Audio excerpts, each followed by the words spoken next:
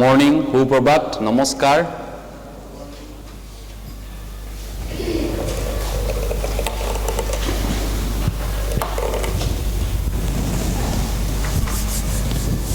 আহক প্ৰথমতে ঈশ্বৰৰ চৰণত আমি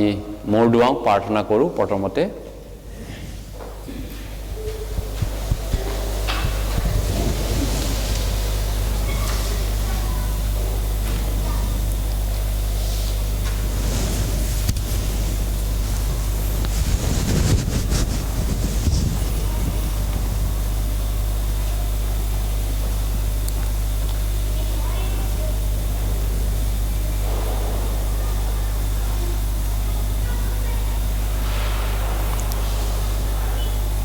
পবিত্ৰ পিতৃ, ধন্যবাদ তুমি আমাক অনন্ত পৰিত্ৰাণ দিয়াৰ কাৰণে। পিতা, এই মুহূৰ্তত তোমাৰ নামত আমি গোট খাইছোঁ। পিতা, তুমি আমাৰ পাপবোৰ মাফ কৰিছা প্ৰভু যীশুক পঠাই দি পিনি। পিতা, তুমি আমাক অনন্ত গাঁতৰ পৰা, নৰকৰ পৰা ৰক্ষা কৰিলা। পিতা, এতিয়া আমি তোমাৰ সন্তান হয়। পিতৃ, আমি যদিও তোমাৰ সন্তান হৈছোঁ, কিন্তু আমি বৰ দুৰ্বল, কমজুৰি, অনেক মূৰ্খতা, অজ্ঞানতা আমাৰ লুকুৱাই আছে। পিতা, আমাক তুমি আশীৰ্বাদ কৰা। তোমাৰ অনুগ্ৰহ আৰু জ্ঞানত দিনে দিনে যেন আমি বাঢ়ি বাঢ়ি যাওঁ, আত্মিকভাৱে যেন আমি বলৱান্ত হওঁ, বিশ্বাসৰ জ্ঞানত বাঢ়ি যাবলৈ পিতা আমাক দয়া কৰি সহায় কৰা, যাতে আমি ভাল খ্ৰীষ্টিয়ান হিচাপত জীয়াই থাকিম। পিতা, আমাক তুমি অনুগ্ৰহ কৰা, আশীৰ্বাদ কৰা। তুমি যি অনুগ্ৰহ আমাক দিছা, তুমি যি আমাক বিশ্বাস দিছা, সেই অনুগ্ৰহ আৰু বিশ্বাসত আমাক বৃদ্ধি পাবলৈ দয়া কৰি আমাক সহায় কৰা। আমি যিহেতু বৰ দুৰ্বল, কমজুৰি মানুহ, তুমি আমাক এই পোৱাটো তোমাৰ যি বাক্য আমাৰ বাবে তৈয়াৰ আছে, সেই বাক্য আমাক দান কৰা, যাতে আমি তোমাৰ আশীৰ্বাদ পোৱা লোক হৈ তোমাৰ গৌৰৱৰ কাৰণে আমি জীয়াই থাকিম। পিতা, তুমি আমাক সঁচাই সহায় কৰা। এই মুহূৰ্তত তোমাৰ বাক্যৰে আশীৰ্বাদ কৰা। আমাৰ ভাই ভনীসকল যিসকল দুখ কষ্টত আছে, তেওঁলোকক সান্তনা দিয়া তোমাৰ বাক্যৰ পৰা, তোমাৰ পৰা প্ৰভু। যাক সান্তনা লাগে তেওঁলোকক সান্তনা দিয়া প্ৰভু। যিসকল বেমাৰত আছে তেওঁলোকক প্ৰভু সুস্থ কৰি দিয়ক, যাতে তেওঁলোকে তোমাৰ গৌৰৱ কৰিব পাৰিব আৰু তোমাৰ গৌৰৱৰ কাৰণে জীয়াই থাকিব পাৰিব। আমাৰ ভাই ভনীসকল যিসকলৰ বিশেষ অসুবিধা, সমস্যা, প্ৰাণ পৰীক্ষাত পৰি আছে, অনুগ্ৰহ কৰিব তেওঁলোকক পৰীক্ষাক জয় কৰিব পৰাকৈ, তেওঁলোকক বিজয়ী হ'ব পৰাকৈ তুমি শক্তি দান কৰক, আশীৰ্বাদ কৰক। আৰু আমি যিমান লোক ইয়াত উপস্থিত আছোঁ, লগতে বাহিৰত অনলাইনত যিসকলে উপস্থিত আছে, সকলোকো একে অনুগ্ৰহ দান কৰক। তোমাৰ সন্তান ৰূপে যিমাৰ যি আশীৰ্বাদ, আমি যেন বদলি হোৱা, চৰিত্ৰ পৰিৱৰ্তন হয়, আমি যেন দিনে দিনে সলনি হ'ব পাৰোঁ, পাপী স্বভাৱবিলাক যেন, পাপী স্বভাৱৰ পৰা যেন আমি পৰিত্ৰাণ পাব পাৰোঁ, আমাক আশীৰ্বাদ কৰা। পিতা, আমাক সহায় কৰা। আমি বৰ দুৰ্বল, এই মৃত্যু দেহৰ পৰা আমাক উদ্ধাৰ কৰা, আমাক পৰিত্ৰাণ দিয়া আমাৰ এই দুৰ্বল স্বভাৱবিলাকৰ পৰা। এই প্ৰাৰ্থনা উদ্ধাৰকৰ্তা প্ৰভু যীশু খ্ৰীষ্টৰ নামত খুজিছোঁ, আমেন। আহক আমি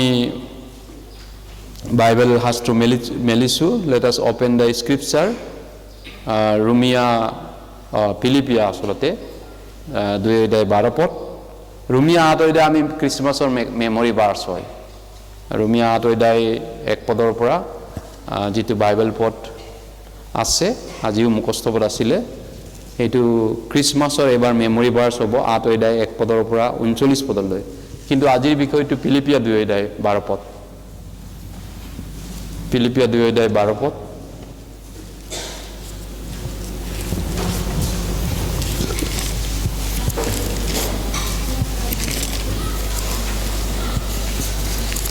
ফিলিপিয়া 2:12 পদ।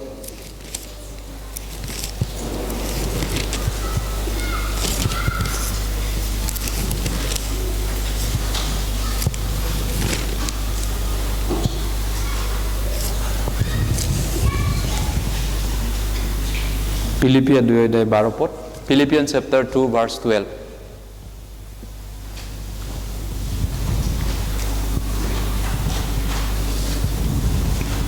মই পঢ়ি দিব বিচাৰিছো আপোনালোকৰ বাবে ফিলিপিয়া 2:12 পদ এতেকে হে মোৰ প্ৰিয়বিলাক তোমালোক যেনেকৈ সদায় আজ্ঞাধীন আছিলা তেনেকৈ মোৰ হাইকাতে যে ৰূপ কেৱল সেইদৰে নহয় কিন্তু এতিয়া মোৰ অহাইকাতে আৰু অধিককৈ ভয় আৰু কম্পনৰে নিজ নিজ পৰিত্ৰাণ সম্পন্ন কৰা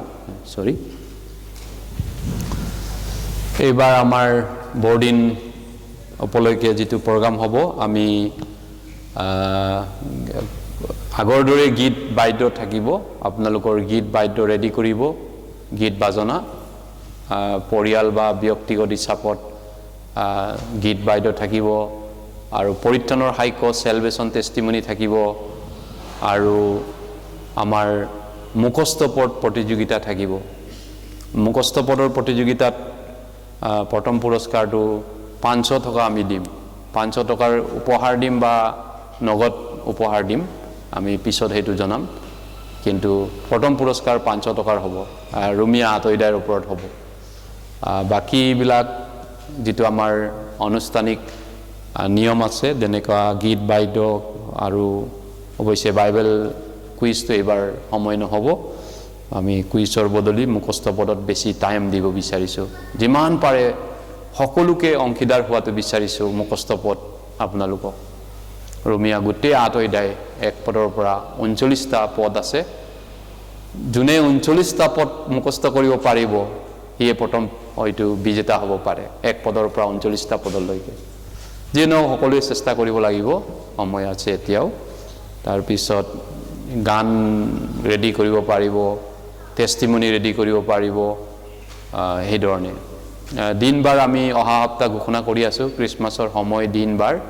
অহা সপ্তাহ আমি ঘোষণা কৰি আছো যি কি নহওক ঈশ্বৰৰ অনুগ্ৰহ আৰু আশীৰ্বাদত আজি এই প্ৰভুৰ দিনত আমি একত্ৰিত হ'ব পাৰিছো ঈশ্বৰৰ গৃহত বতৰ লাহে লাহে ঠাণ্ডা নামি আহিছে গতিকে আপোনালোকে ঠাণ্ডা কাপোৰ কানি ৰেডি কৰা দৰকাৰ যেহেতু ঠাণ্ডা বেছি ঘুমালে সৰ্দি জ্বৰ হ'ব পাৰে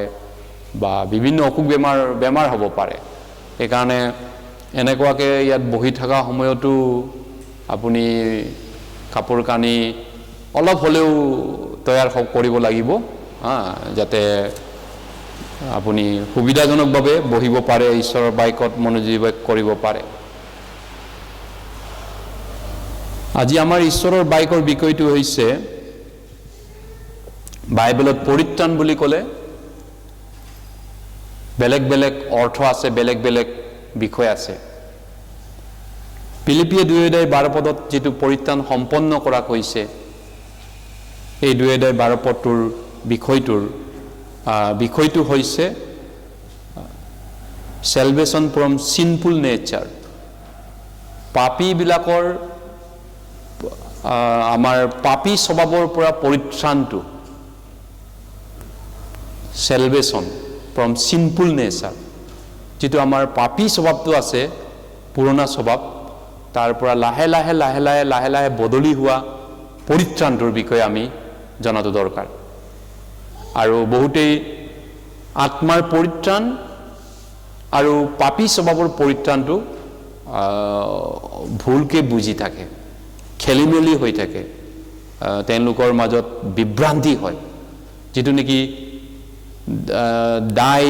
দুখ জাস্টিফিকেশন আত্মাৰ পৰিত্ৰাণ পাপৰ পৰা মুক্তি পোৱা পৰিত্ৰাণ আৰু পাপী স্বভাৱৰ পৰা উদ্ধাৰ পোৱা পৰিত্ৰাণ এই দুটাৰ মাজত আনবাকাত আত্মাৰ পৰিত্ৰাণ আৰু জীৱনৰ পৰিত্ৰাণৰ মাজৰ পাৰ্থক্যটো আমি জানা উচিত আমাৰ আত্মাৰ উদ্ধাৰ আৰু আমাৰ চৰিত্ৰটোৰ উদ্ধাৰ এইটো বেলেগ বেলেগ পৰিত্ৰাণ চৰিত্ৰৰ উদ্ধাৰটো স্যাংটিফিকেশন বুলি কয় ইংৰাজীত আত্মাৰ উদ্ধাৰটো এটো জাস্টিফিকেশন বুলি কয় গতিকে এই দুটাৰ মাজত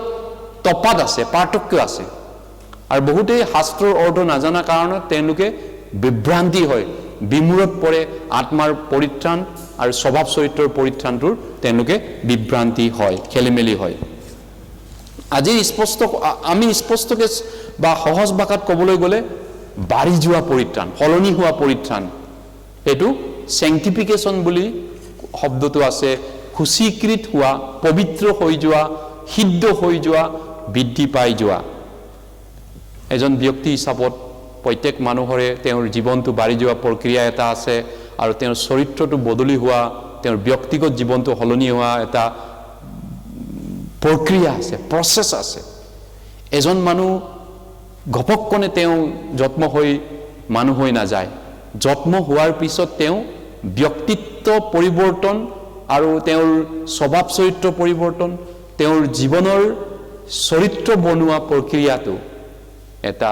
নিয়মৰ মাজেদি যাবলগীয়া হয়। এইটো এটা প্ৰচেছ বা লং প্ৰচেছ। ঠিক তেনেকৈ একেধৰণে আমাৰ যিমান লোক আমি নতুন জন্ম পোৱা লোক আছোঁ, আমিও এটা আত্মিকভাৱে বাঢ়ি যোৱা প্ৰক্ৰিয়াটো, আত্মিকভাৱে বৃদ্ধি হোৱা এটা প্ৰচেছ আছে। আত্মিকভাৱে বাঢ়িবলৈ এটা প্ৰচেছৰ মাজেদি আমি যাবলগীয়া হয়। আপুনি কেতিয়াবা এই কম্পিউটাৰ ডাউনলোড কৰিছেনে মোবাইলত? তেতিয়া দেখায় প্ৰচেছিং বুলি দেখায়। আমাজনৰ পৰা কিবা বস্তু কিনিছেনে অনলাইনৰ পৰা? কিনিলে আপোনাক ক'ব প্ৰচেছিং বুলি, বেংকে কিবা যি অনলাইন কৰি কাৰবাৰ কৰিলে ইট ইজ প্ৰচেছিং বুলি শব্দটো দেখাই পিনি ডট ডট ডট কৰি দেখে। প্ৰচেছিং মানে এটা প্ৰক্ৰিয়া। বাচ্চা এটা জন্ম পাই ডাইৰেক্ট ইউনিভাৰ্চিটি যাব নোৱাৰে, তেওঁ এটা প্ৰক্ৰিয়াৰ মাজেদি যাব লাগিব, এটা বাঢ়ি যোৱা এটা নিয়মৰ মাজেদি বাঢ়িব লাগিব। জন্ম হৈয়ে তেওঁ মানুহ হৈ নাযায়, জন্ম হৈয়ে তেওঁ জেণ্টলমেন হৈ নাযায়। বাচ্চাটো জন্ম হৈয়ে তেওঁ জেণ্টলমেন হ'ব নোৱাৰে, লেডিজ এণ্ড জেণ্টলমেন হ'ব নোৱাৰে। তেওঁ জন্ম হৈ বনিব লাগিব, নহয় বনিব লাগিব সেই ধৰণৰ পৰিৱেশত। ঠিক তেনেকৈ আমি নতুন জন্ম পোৱাৰ লগে লগে স্বৰ্গদূত হৈ নাযায়। নতুন জন্ম পালে আমি ঈশ্বৰৰ লেখীয়া, আমি স্বৰ্গদূত লেখীয়া হৈ যাব নোৱাৰোঁ। আমি বনিব লাগিব, এই ধৰণে আমি বনিব লাগিব আত্মিকভাৱে। আত্মিকভাৱেও স্বভাৱ চৰিত্ৰটো ঈশ্বৰৰ পৰিয়াল হিচাপত আমি বাঢ়িব লাগিব। বাইবেলে কৈছে কলচীয়া 1:6 যিদিনাখন তোমালোকে সত্যৰূপে ঈশ্বৰৰ অনুগ্ৰহৰ কথা শুনিলা আৰু জানিলা, কলচিয়ান 1:6, যিদিনাখন তোমালোকে সত্যৰূপে ঈশ্বৰৰ অনুগ্ৰহৰ কথা শুনিলা আৰু জানিলা,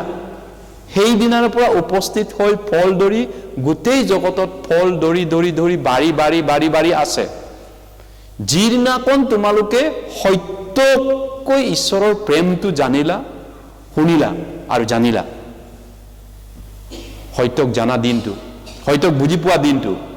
সেই সত্যক জানা আৰু বুজা দিনটোৰ পৰা ক্ৰমান্বয়ে বাঢ়ি যোৱা, সলনি হোৱা প্ৰক্ৰিয়া, এইটো খ্ৰীষ্টিয়ান জীৱন বুলি কয়। ক্ৰমান্বয়ে বদলি হোৱা। আমি যিহেতু নেকি ৰোমিয়া 12 আমি পঢ়িছোঁ নহয় জানো, জগতৰ অনুৰূপ নহবা, কিন্তু যিহতে ঈশ্বৰৰ উত্তম গ্ৰহণীয় হৃদয়কী তাক পৰীক্ষা কৰিবা, তাৰ কাৰণে তোমালোকে নতুন মন কৰাৰ দ্বাৰা আন ৰূপ ধৰিবা। দৈনন্দিনভাৱে বনি যোৱা প্ৰক্ৰিয়া এটা। এজন মানুহৰ ভাল চৰিত্ৰ এটা হঠাতে বনি নাযায়, নহয়নে? এজন মানুহৰ ভদ্ৰ মানুহ, ভদ্ৰ মহিলা এটা চৰিত্ৰটো বনিবলৈ টাইম লাগিব, সময় লাগিব, পৰিৱেশ লাগিব, নহয় জানো? মানুহে কয় চৰিত্ৰ বনাবলৈ পৰিৱেশ লাগে। স্থান, পাল, কাত্ৰ এনেকুৱা পৰিৱেশৰ কথা কৈছে। ঠিক তেনেকৈ আমিও ভাল খ্ৰীষ্টিয়ান হিচাপত আগবাঢ়িবলৈ আমাক পৰিৱেশ এটা লাগে, পৰিৱেশ, আৰু আমাক প্ৰচেছ লাগে, সলনি হোৱা প্ৰচেছটো আমাক লাগিব। সেইকাৰণে তিছলনিকীয়া বোলা এটা মণ্ডলী বাইবেলত আছে। এই তিছলনিকীয়া মণ্ডলীক বাইবেলত প্ৰশংসা কৰিছে যে তোমালোকৰ বিশ্বাস অতিকৈ বাঢ়ি গৈছে, তোমালোকৰ বিশ্বাস অতিকৈ বাঢ়ি গৈছে, দিনক দিনে বাঢ়ি গৈছে। বিকজ ইয়ৰ ফেইথ গ্ৰ'জ এক্সিডিংলি, বিশ্বাসটো বাঢ়ি বাঢ়ি যোৱা। চাচোন এই ল'ৰাটো ইমান ডাঙৰ হৈ গৈছে, ইমান সৰু আছিলে কালি পৰহি, ইমান ডাঙৰ ডাঙৰ হৈ গৈছে, শকত হৈছে, ওখ হৈছে, ল'ৰাটো ইমান ডাঙৰ হৈ গৈছে, পটাপট চাচোন। আত্মিকভাৱে বিশ্বাসত বাঢ়ি যোৱাও তেনেকুৱা হয়। আমি দেখাৰে নচলি বিশ্বাসেৰে চলো, বাইবেলে কৈছে। বিশ্বাস মানে কি? ইব্ৰী 11:1 কৈছে বিশ্বাস হৈছে আশা কৰা বিষয়ৰ নিশ্চয় জ্ঞান, অদৃশ্য বিষয়ৰ প্ৰমাণ প্ৰাপ্তি, আশা কৰা বিষয়ৰ নিশ্চয় জ্ঞান।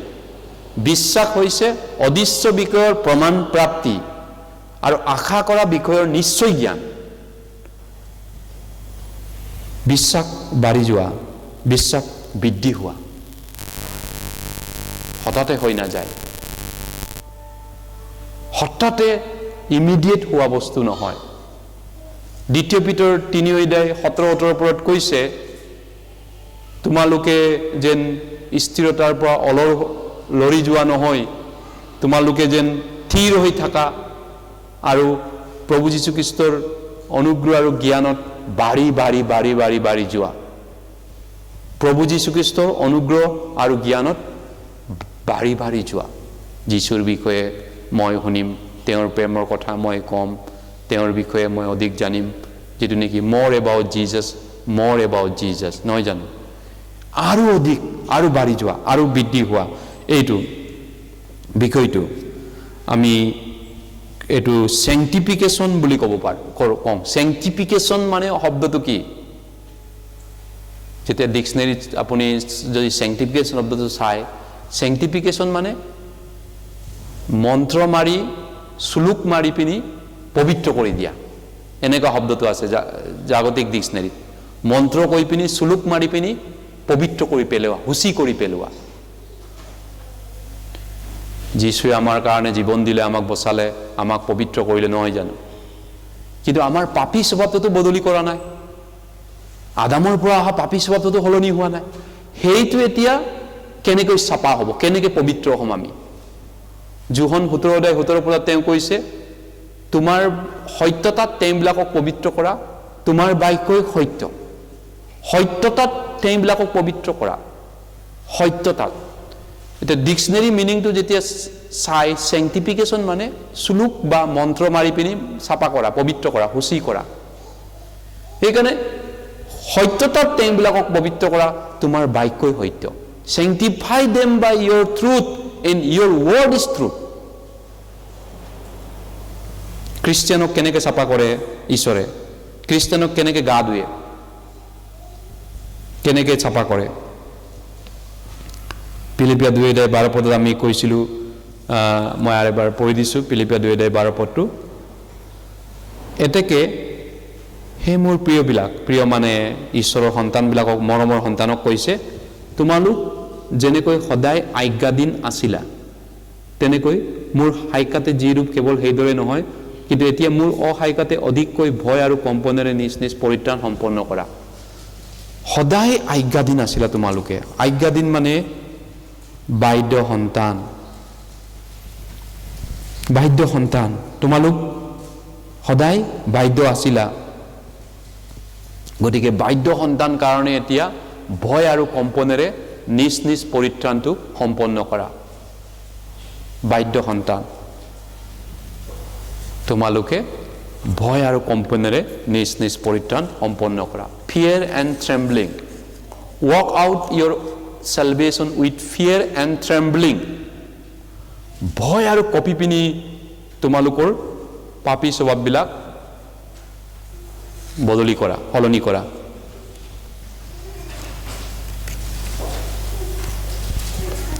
গতিকে ঈশ্বৰে আমাক এটা স্বভাৱ দিছে, নতুন জন্ম পোৱাৰ পিছত এটা মন দিছে। আমি ঈশ্বৰৰ ইচ্ছামতে চলিব বিচৰা, ঈশ্বৰৰ ইচ্ছামতে কামবোৰ কৰি ভাল পোৱা আমাৰ এটা মন আছে, নহয়নে? ফিলিপিয়া 2:13 পদত কৈছে, ইয়াতে আছে 13 পদত, আমাক এনেকুৱা এটা মাইণ্ড তেওঁ দিছে 13 পদত, কিয়নো ঈশ্বৰে নিজৰ হিত সংকল্পৰ কাৰণে তোমালোকৰ অন্তৰত ইচ্ছা কৰা আৰু কাৰ্য সাধন কৰা, এই উভয়ৰ সাধনকৰ্তা হৈছে।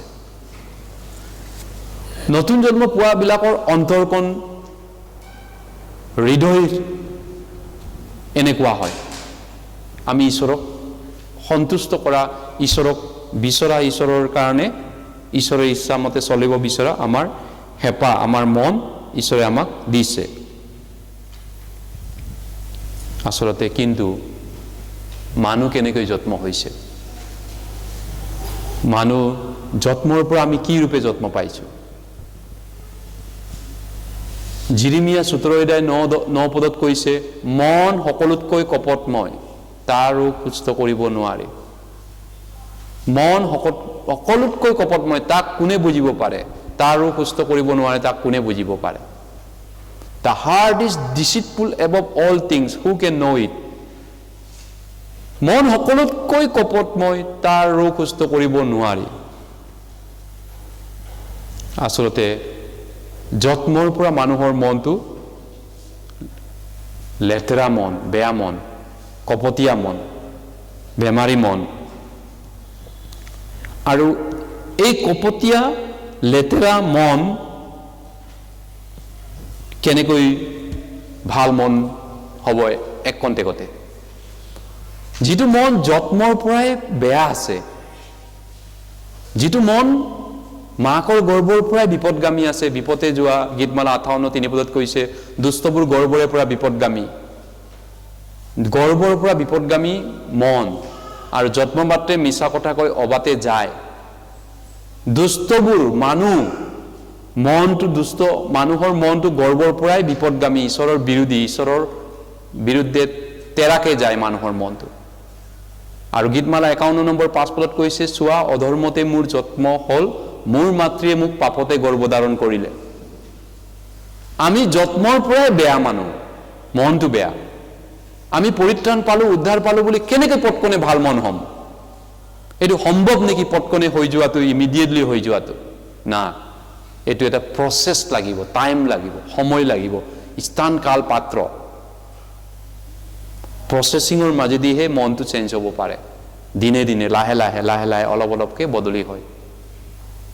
এইটো চেংটিফিকেশ্যন বা চাৰিত্ৰিক পৰিত্ৰাণ বা পাপী স্বভাৱৰ পৰিত্ৰাণ বুলি কোৱা যায়। এইকাৰণে পৌলে কৈছে ফিলিপিয়া 1:27 পদত, খ্ৰীষ্টৰ সুবাৰ্তাৰ যোগ্য আচৰণ কৰা তোমালোকে। খ্ৰীষ্টৰ সুবাৰ্তাৰ যোগ্য আচৰণ, আচৰণ আচৰণ আচৰণ মেনাৰ, চৰিত্ৰত, আমাৰ জীৱন ষ্টাইলটো যীশুৰ মানুহ হিচাপত যোগ্যকৈ জীয়াই থকা। যীশুৱে যেনেকৈ আমাক পৰিত্ৰাণ দিছে, মৰি পিনি ক্ৰুচত আমাক উদ্ধাৰ কৰি আমাৰ কাৰণে বলিদান দিলে, আমাক বচালে তেওঁ। এতিয়া বচোৱাৰ পিছত তেওঁ আমাক যেনেকৈ চাফা কৰিলে ক্ৰুচৰ তেজেৰে, সেই ধৰণেই যোগ্য আচৰণ কৰা কৈছে, সেই ধৰণৰ লাইফ ষ্টাইল কৰা। আমাৰ জীৱনটো তেনেকুৱা ফিটিং হ'ব লাগে, খাপ খাব লাগে। আমি যেনেকুৱা মানুহ হয় তেনেকুৱা আমাৰ মিলিব লাগে। এতিয়া খ্ৰীষ্টৰ সুবাৰ্তাৰ যোগ্য আচৰণ কৰা। গতিকে আত্মাৰ পৰিত্ৰাণ আৰু পাপী স্বভাৱৰ পৰিত্ৰাণ, এই দুটাৰ মাজত আপুনি হেৰাই নাযাব, খেলি মেলি নহ'ব, মানে ভুলকে নুবুজিব শাস্ত্ৰটো। আত্মাৰ পৰিত্ৰাণ প্ৰথম পিতৰ 1:9 পদত কৈছে, বিশ্বাসৰ শেষ, তোমালোকৰ জীৱাত্মাৰ পৰিত্ৰাণ পোৱা হৈছা। তোমালোকৰ বিশ্বাসৰ শেষ অৰ্থাৎ জীৱাত্মাৰ পৰিত্ৰাণ পোৱা হৈছা। আত্মাৰ পৰিত্ৰাণ প্ৰভুৱে আমাৰ কাৰণে কৰি দিলে। ইফিছিয়া 2:8 পদত কৈছে, কিয়নো অনুগ্ৰহেৰে বিশ্বাসৰ দ্বাৰাই তোমালোকে পৰিত্ৰাণ পালা, সেয়ে তোমালোকৰ পৰা নহয়, ঈশ্বৰৰ হে দান। আত্মাৰ পৰিত্ৰাণ একেবাৰতে প্ৰভুৱে আমাক মুক্তি দিয়া কামটো আমি আত্মাৰ দ্বাৰা আত্মাৰ পৰিত্ৰাণ পাইছোঁ। কিন্তু আমাৰ স্বভাৱ চৰিত্ৰ একেবাৰতে বদলি হয়নে? এবাৰতে আমি এবাৰতে গোটেই জীৱনটো আমাৰ পুৰণা স্বভাৱটো ত্যাগ কৰিব পাৰোঁনে? নোৱাৰোঁ। বহুত কঠিন আছে এইটো কামটো। আমি নিবিচাৰোঁ, কিন্তু আমি যিটো বিচাৰোঁ এইটো নহয়, আমি যিটো কৰিব নিবিচাৰোঁ সেইটোৱে কৰি থাকোঁ আমাৰ জীৱনত। আমি স্বভাৱ চৰিত্ৰ বদলি হ'ব বিচাৰিছোঁ, আমি ভাল খ্ৰীষ্টিয়ান পটকনে হোৱাটোৱে বিচাৰিছোঁ, আমি ঈশ্বৰক সন্তুষ্ট হোৱাটোৱে বিচাৰিছোঁ, কিন্তু আমি যি বিচাৰোঁ সেইটো নহয়, নিবিচাৰাটোকে আমি কৰি থাকোঁ বাৰে বাৰে। বাইবেলে কৈছে, পৌলে নিজৰ টেষ্টিমনিত কৈছে, খ্ৰীষ্টিয়ান জীৱনৰ টেষ্টিমনিত। সেইকাৰণে তোমালোকে যেনেকৈ সদায় আজ্ঞাধীন আছিলা, বাধ্য আছিলা, তোমালোকৰ পৰিত্ৰাণটো এতিয়া ভয় আৰু কম্পনেৰে সম্পন্ন কৰা। কিয় আমি ভয় কৰিব লাগে? নৰকত যোৱা ভয় নহয় সেই ভয়টো, যিটো নেকি আমাৰ নৰকত যোৱা ভয়টো ৰোমিয়া 8:15 পদত আমি দাসত্বৰ আত্মা পোৱা নাই, আমি আব্বা পিতৃ বুলি মাতিব পৰা আমাক তুলনীয়া পুত্ৰৰ আত্মা দিয়া হৈছে। এতিয়া আমাৰ নৰকত যোৱাৰ ভয়টো নাই, কিন্তু আমি ঈশ্বৰক ৰেভাৰেণ্ট ফিয়াৰ, আমি শ্ৰদ্ধা কৰোঁ, ভক্তি কৰোঁ, সন্মান কৰোঁ। আমাৰ পিতৃ হয়, আমাৰ পিতা পবিত্ৰ হয়, আমাৰ পিতা সকলোতকৈ মহান, মোৰ পিতা সকলোতকৈ মহান, মোৰ ঈশ্বৰ, আমাৰ ঈশ্বৰ, নহয়নে? সেইজন ঈশ্বৰ আমি শ্ৰদ্ধা কৰোঁ, প্ৰেম কৰোঁ। এতিয়া এইকাৰণে সেই আত্মাবিলাকৰ পিতৃ ঈশ্বৰক আমি কেনেকৈ সন্তুষ্ট কৰিব পাৰিম চলি পিনি? এইটো আমাৰ লক্ষ্য উদ্দেশ্য আৰু সেইটো প্ৰক্ৰিয়াটোকে কয় চেংটিফিকেশ্যন স্বভাৱ চৰিত্ৰৰ বদলি হোৱা প্ৰক্ৰিয়া বা পাপী স্বভাৱৰ পৰা পোৱা পৰিত্ৰাণ পাপী স্বভাৱটো আন বাকাত মাংস বুলি কয় মাংস মাংস মাংস ফ্লেছ কাৰ্নেল মাইণ্ড পাপী স্বভাৱ এইটো যদি চাব বিচাৰে আমি বাইবেল পঢ়িতে চাম ৰোমিয়া 8 অধ্যায় 13 পদ ৰোমান চেপ্টাৰ 8 ভাৰ্ছ 13 পাপী স্বভাৱটোৰ বিষয়ে এইটো উল্লেখ আছে তাতে ৰোমান চেপ্টাৰ 8 ৰোমিয়া 8 অধ্যায়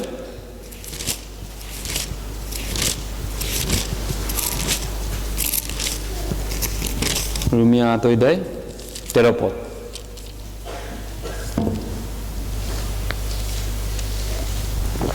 ৰোমিয়া 8 অধ্যায় 13 পদ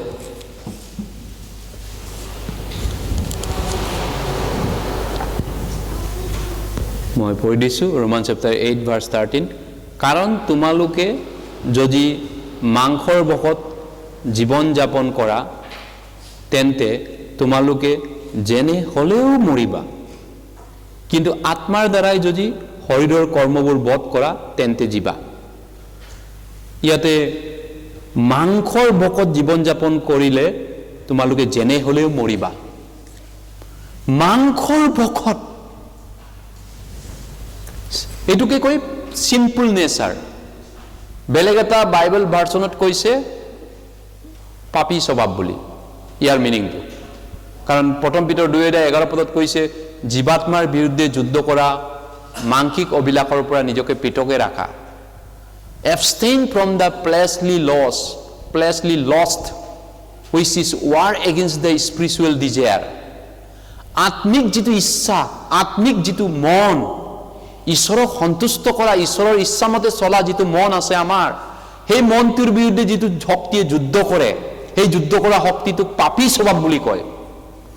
আৰু সেই পাপী স্বভাৱ আমাৰ ভিতৰত সোমাই আছে আৰু সেই পাপী স্বভাৱটো আমি পটকনে মাৰি পেলাব নোৱাৰো খতম কৰি দিব নোৱাৰো নাইকিয়া কৰিব নোৱাৰো তাক দেহিত দৰিত মুছৰি পিনি খতম কৰি দিব পাৰিলে বেলেগ কথা আছিল এই পাপী স্বভাৱটো বহুত ষ্ট্ৰং আছে মোৰ মাংস বহুত পালুৱান আছে মোৰ মাংসটো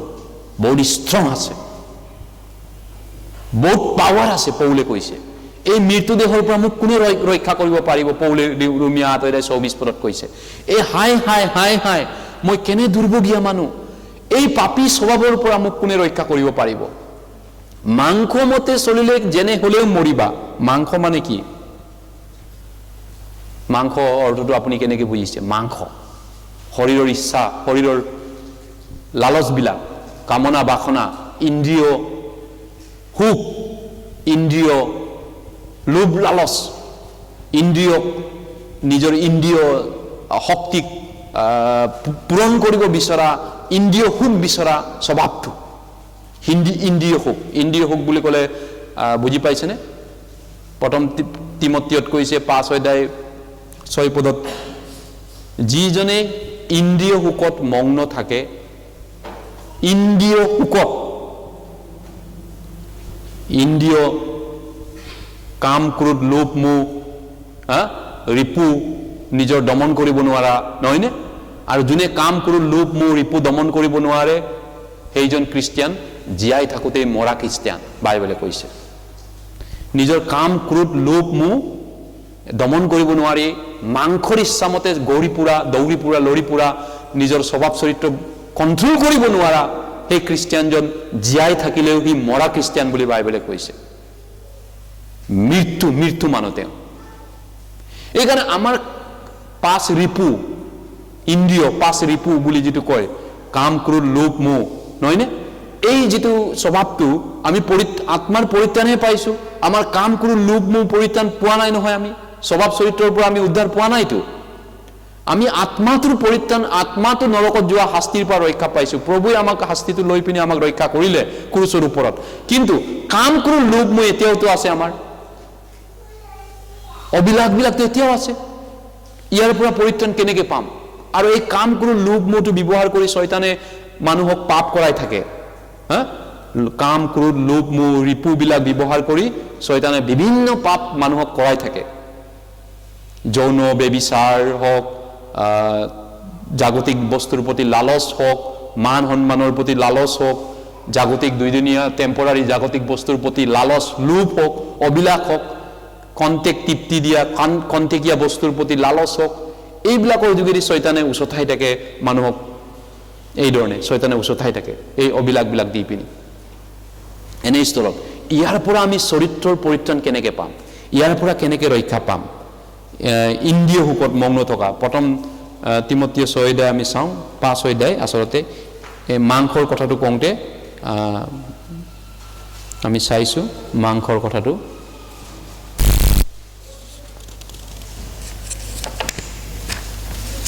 এইকাৰণে স্বভাৱ চৰিত্ৰৰ পৰিত্ৰাণটো, মাংসৰ পৰিত্ৰাণ, এইটো মাংসৰ পৰা উদ্ধাৰ হোৱা, মাংসৰ ৰিপু দমন কৰিব নোৱাৰা শক্তিটো। কিছুমান খ্ৰীষ্টিয়ানে পৰিত্ৰাণ পাইছোঁ বুলি কয়, তেওঁলোকৰ মাংসক তেওঁলোকে দমন কৰিব নোৱাৰে, তেওঁলোকৰ ৰিপুক তেওঁলোকে চম্ভালিব নোৱাৰে, তেওঁলোকে যি টি পাপ কৰি ফুৰিব, য'ত ত'ত ঘূৰি ফুৰিব, তেনেকুৱা বিষয়ে বাইবেলে প্ৰথম তিমথিয় 5 অধ্যায় 6 পদত কৈছে। কিন্তু যিজনী ইন্দ্ৰিয় সুখত মগ্ন থাকে সেইজনী জীয়াই থাকোঁতেই মৰা। 1 Timothy chapter 5 verse 6। যিজন বা যিজনী ইন্দ্ৰিয় সুখত মগ্ন থাকে, যিজন মানুহ ৰিপু দমন কৰিব নোৱাৰে, ৰিপুবিলাকৰ পিছত দৌৰি ফুৰি থাকে, নিজৰ ৰিপুৱে যদি যি বিচাৰে এই ৰিপুৰ ইচ্ছামতে যদি দৌৰি ফুৰি থাকে, কৰি থাকে, তেওঁ ৰিপুৰ গোলাম, ৰিপুৰ দাস হয়। তেওঁ নিজৰ ৰিপুক দমন কৰিব পৰা নাই, নিজৰ কাম ক্ৰোধ লোভ মোহ সামৰিব পৰা নাই, আৰু তেওঁ কি হৈছে এতিয়া হাৰ মানি গৈছে। ভিতৰত কৈছে যোনে যাৰ দ্বাৰা পৰাজিত হয় তাৰ সি গোলাম হয়, দাস হয়।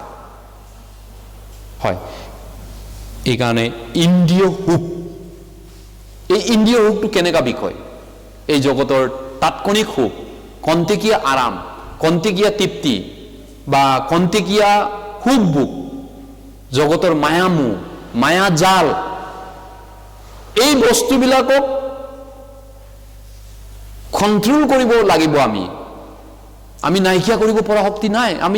আমাৰ তাত আছে, এইটো আমাৰ মাংসত তেজতে আছে, খুনত সোমাই আছে। এইটো আমি গুচাই পেলাব নোৱাৰো ইয়াক, কিন্তু চম্ভালিব পাৰো আমি ইয়াক, যেনেকৈ যোচেফে চম্ভালিছিলে, নহয়নে? পৰীক্ষাত পৰিলে তেওঁ যোচেফে চম্ভালিব পাৰিছিলে। তেনেকুৱা উদাহৰণ বহুত আছে বাইবেলত। কিন্তু যি কি নহওক, এতিয়া আমি মাংসিক যিটো অবিলাস, এই মাংসিক অবিলাপটোকে ইংৰাজীত আন এটা বাইবেলত কৈছে চিনফুল নেচাৰ বুলি কৈছে। পাপী স্বভাৱ আছে আমাৰ লগত, আৰু এই পাপী স্বভাৱৰ পৰা পৰিত্ৰাণ আমি কেনেকৈ পাম?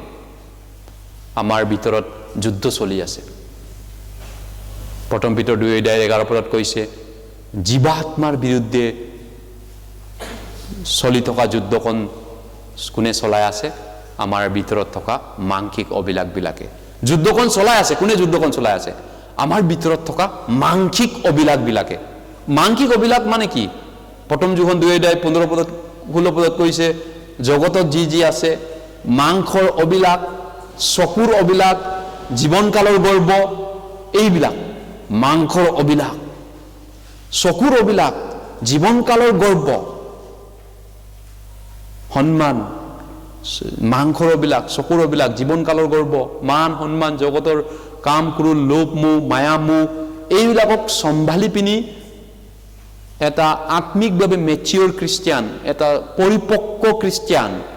আত্মাৰ মানুহ কেনেকৈ হ'ম? আমি কেতিয়া হ'ম? আচলতে কেতিয়া হ'ম? কেতিয়া হ'ব? বদলি হোৱা খ্ৰীষ্টিয়ান এইটো এদিনতে নহয়, বদলিটো ডেইলি হ'ব লাগিব, ডেইলি, দিনে দিনে, প্ৰত্যেক দিনাই চেঞ্জ হ'ব লাগিব খ্ৰীষ্টিয়ানে। ৰোমিয়া 12 অধ্যায় 2 পদত কোৱাৰ ধৰণে তোমালোকে নতুন মন কৰাৰ দ্বাৰাই আন ৰূপ ধৰা, নতুন মাইণ্ড কৰি আন ৰূপ ধৰি থাকা। আজি ৰাতিপুৱা নতুন হ'ল, কালি পৰহি নতুন হৈ অলপকৈ কম্পিউটাৰ যেনেকৈ ফাইল ট্ৰেন্সফাৰ কৰিলে ফাইলটো ট্ৰেন্সফাৰ হৈ আছে বুলি এটা ছিগনেল দেখাই থাকে, অলপমান ফাইল ট্ৰেন্সফাৰ কৰিলেও ফাইলটো দি আছে, ফাইল ট্ৰেন্সফাৰ কৰি আছে, একেচাতে ঘাপককণে নহয়, এইটো ট্ৰেন্সফাৰ কৰি থাকে, প্ৰচেছিং প্ৰক্ৰিয়াৰ মাজেদি এইটো যায়। আমি বিচাৰিব পাৰোঁ ভোকতে কলটো পকিব লাগে, আমি বিচাৰিব পাৰোঁ পটকনে হৈ যোৱা হ'লেতো ভাল আছিলে, খ্ৰীষ্টিয়ানটো স্বৰ্গদূতৰ দৰে হৈ যোৱা হ'লেতো ভাল আছিলে, মোৰ পাপী স্বভাৱবিলাক নাইকিয়া হৈ গ'লে। তেনেকা সম্ভৱ নহয়। এইটো এটা প্ৰক্ৰিয়াৰ মাজেদি, যুদ্ধৰ মাজেদি যায়। ৰোমিয়া 7 অধ্যায়লৈ আমি আকৌ এবাৰ গৈছোঁ। ৰোমান চেপ্টাৰ 7, ৰোমান চেপ্টাৰ 7,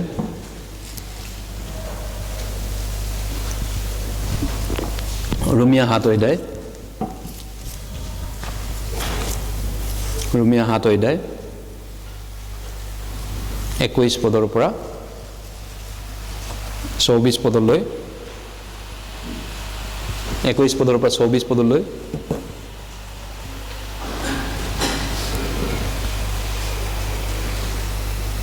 এতেকে যেতিয়া উত্তম কৰ্ম কৰিবলৈ মোৰ ইচ্ছা হয়, তেতিয়া মন্দ মোৰ ওচৰতে থাকে এনে এটা নিয়ম পাইছোঁ। কিয়নো মই আন্তৰিক পুৰুষৰ দৰে ঈশ্বৰৰ বিধানত সন্তুষ্ট হৈছোঁ, কিন্তু মোৰ মনৰ বিধানৰ বিৰুদ্ধে যুদ্ধ কৰা আৰু মোৰ অংগ পতংগবোৰত থকা পাপৰ অধীনে মোক বন্দী কৰা এনে আন এটা নিয়ম মোৰ অংগ পতংগবোৰত দেখোঁ। হাই হাই, মই কেনে দুৰ্ভগীয়া মানুহ! এই মৃত্যু দেহৰ পৰা মোক কোনে নিস্তাৰ কৰিব? পৌলে নিজৰ টেষ্টিমনি এইধৰণে দিছে। এইটো তেওঁৰ পাচনি পৌলৰ টেষ্টিমনি আছিলে, যিটো নেকি বহুত বিশ্বাসীৰ জীৱনত এইটো চলি থাকে। বিশ্বাসীৰ জীৱনটো কেতিয়াবা আগুৱাই যায়, কেতিয়াবা পিছুৱাই যায়, কেতিয়াবা আগুৱাই থাকোঁ, আকৌ কেতিয়াবা আমি পিছ পৰি থাকোঁ। আগুৱাওঁ, এখোপ পিছুৱাওঁ, এখোপ আগুৱাওঁ, এখোপ পিছুৱাওঁ।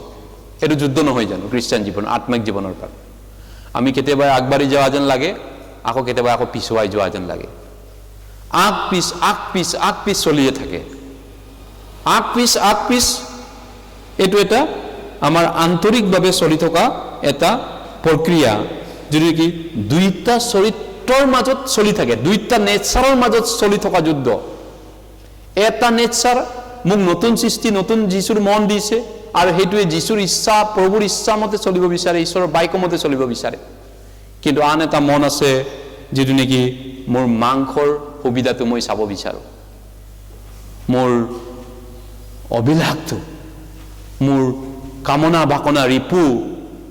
আৰামটো মই বিচাৰিছোঁ, পূৰ্ণ কৰিব বিচাৰিছোঁ। এটা মন আকৌ ঈশ্বৰৰ ইচ্ছা মতে চলিব বিচাৰিছোঁ। এইটো আগ পিছ হৈ থাকে। কেতিয়াবা ঈশ্বৰৰ ইচ্ছাটো আগুৱাই গৈ থাকে, আকৌ সেইটো পিছ আগুৱাই গৈ আকৌ মাংসৰ ৰিপুবিলাক আগুৱাই গৈ থাকে। আগুৱা আগুৱাই, বেটা বেটি, আগুৱা আগু, এটা ফাইটিং এটা চলি থাকে। এইটো খ্ৰীষ্টান জীৱন, পৌলে নিজৰ টেষ্টিমনিত কৈছে। এইটো এটা প্ৰক্ৰিয়া, সেইটোৰ মাজেদি আমি বাঢ়িব পাৰোঁ, সলনি হ'ব পাৰোঁ, আৰু ইয়াৰ পৰা আমি বাচি যোৱাৰ শ্বৰ্টকাট ৰাস্তা নাই। এইকাৰণে পৌলে কৈছে, হাই হাই হাই হাই, মই দুৰ্ভগীয়া কেনে মানুহ! এই মৃত্যু দেহৰ পৰা মোক কোনে নিস্তাৰ কৰিব পাৰিব? খ্ৰীষ্টিয়ান জীৱনটো চেঞ্জ হোৱা প্ৰক্ৰিয়াটো এনেকুৱা হয়, এটা প্ৰক্ৰিয়া, এটা প্ৰচেছ, যিটো নেকি ঈশ্বৰৰ ইচ্ছামতে চলিব বিচৰা এটা মন, আন এটা আকৌ ভিতৰত মোৰ পুৰণা স্বভাৱ, পুৰণা পাপী স্বভাৱটো আছে, যিটো নেকি মোৰ মাংসটো পূৰণ কৰিব বিচাৰোঁ, মাংসৰ ইচ্ছাবিলাক মতে চলিব বিচাৰিছোঁ। গতিকে মোৰ মাংসও আছে, মোৰ নতুন সৃষ্টি, মোৰ ঈশ্বৰৰ মনো আছে মোৰ ভিতৰত, নহয় জানো? আমাৰ তেনেকুৱা খ্ৰীষ্টান জীৱনত। গতিকে মোৰ মাংসৰ মতে মই কেতিয়াবাই চলিব বিচাৰোঁ, কেতিয়াবাই ঈশ্বৰক সন্তুষ্ট কৰা কামো কৰিব বিচাৰোঁ। এই দুটাৰ মাজত ফাইটিং চলি থাকে, ফাইটিং, যুঁজ বাগৰ। চেংটিফিকেশ্যনটো তাৰ মাজেদিহে হ'ব পাৰে। আমি বাঢ়ি যোৱা প্ৰক্ৰিয়াটো ইয়াৰ মাজেদিহে বাঢ়িব পাৰে। কেতিয়াবা আমি আগবাঢ়িম, কেতিয়াবা পিছুৱাম, কেতিয়াবা আগবাঢ়িম, কেতিয়াবা পিছুৱাম। খ্ৰীষ্টিয়ান জীৱনটো তাৰ মাজেদিহে চেঞ্জ হয়, তেনেকৈহে বদলি হয়। কেতিয়াবা আমি মাংসৰ ভাৱ কৰোঁ, কেতিয়াবা আত্মাৰ ভাৱ কৰোঁ। ৰোমিয়া 8 অধ্যায় 6 পদত কৈছে, 7 পদত, ৰোমিয়া 8 অধ্যায়, ৰোমান চেপ্টাৰ 8 ভাৰ্চ 7, 8 অধ্যায় 7 পদত কৈছে, ৰোমিয়া 8 অধ্যায় 7 পদ, ৰোমান চেপ্টাৰ 8 ভাৰ্চ 7, কিয়নো মাংসৰ ভাৱ ঈশ্বৰলৈ শত্ৰুতা, কাৰণ সেয়ে ঈশ্বৰৰ বিধানৰ বশীভূত নহয় আৰু হ'বও নোৱাৰে। মাংসৰ ভাৱ ঈশ্বৰলৈ শত্ৰুতা। আমি মাজে সময়ে মাংসৰ পালে মনটো যায় আমাৰ। মাংস মানে জগত, মায়া মোহ টকা পইচা সংসাৰৰ মায়া মোৰ পালে আমাৰ মনটো ধাউতি যায়নে নহয়, নাযায়নে? কিন্তু মাজে সময়ে স্বৰ্গৰ প্ৰতি যায়। ঈশ্বৰ মহান, মোৰ ঈশ্বৰ স্বৰ্গতকৈ কোন আছে, আৰু স্বৰ্গৰ সুখ শান্তিতকৈ আৰু কি লাগে মোক? কিন্তু সদায় সেইমতে চলিব নোৱাৰো। মাজে সময়ে আকৌ জগতত সেইটো নাই, জগতৰ মায়া মোহ, জগতৰ পৰীক্ষা, লোভ লালচ, সংসাৰৰ সমস্যাবিলাকে আমাক আগুৰি ধৰে। এই দুটাৰ মাজতে ফাইটিং হৈ থাকে, নহয় জানো? কেতিয়াবা আগুৱাই, কেতিয়াবা পিছুৱাই, কেতিয়াবা আগুৱাই পিছুৱাই। এইটো খ্ৰীষ্টিয়ান জীৱন চলি থাকে। তাৰপিছত 8 পদত কৈছে, ৰোমিয়া 8 পদত,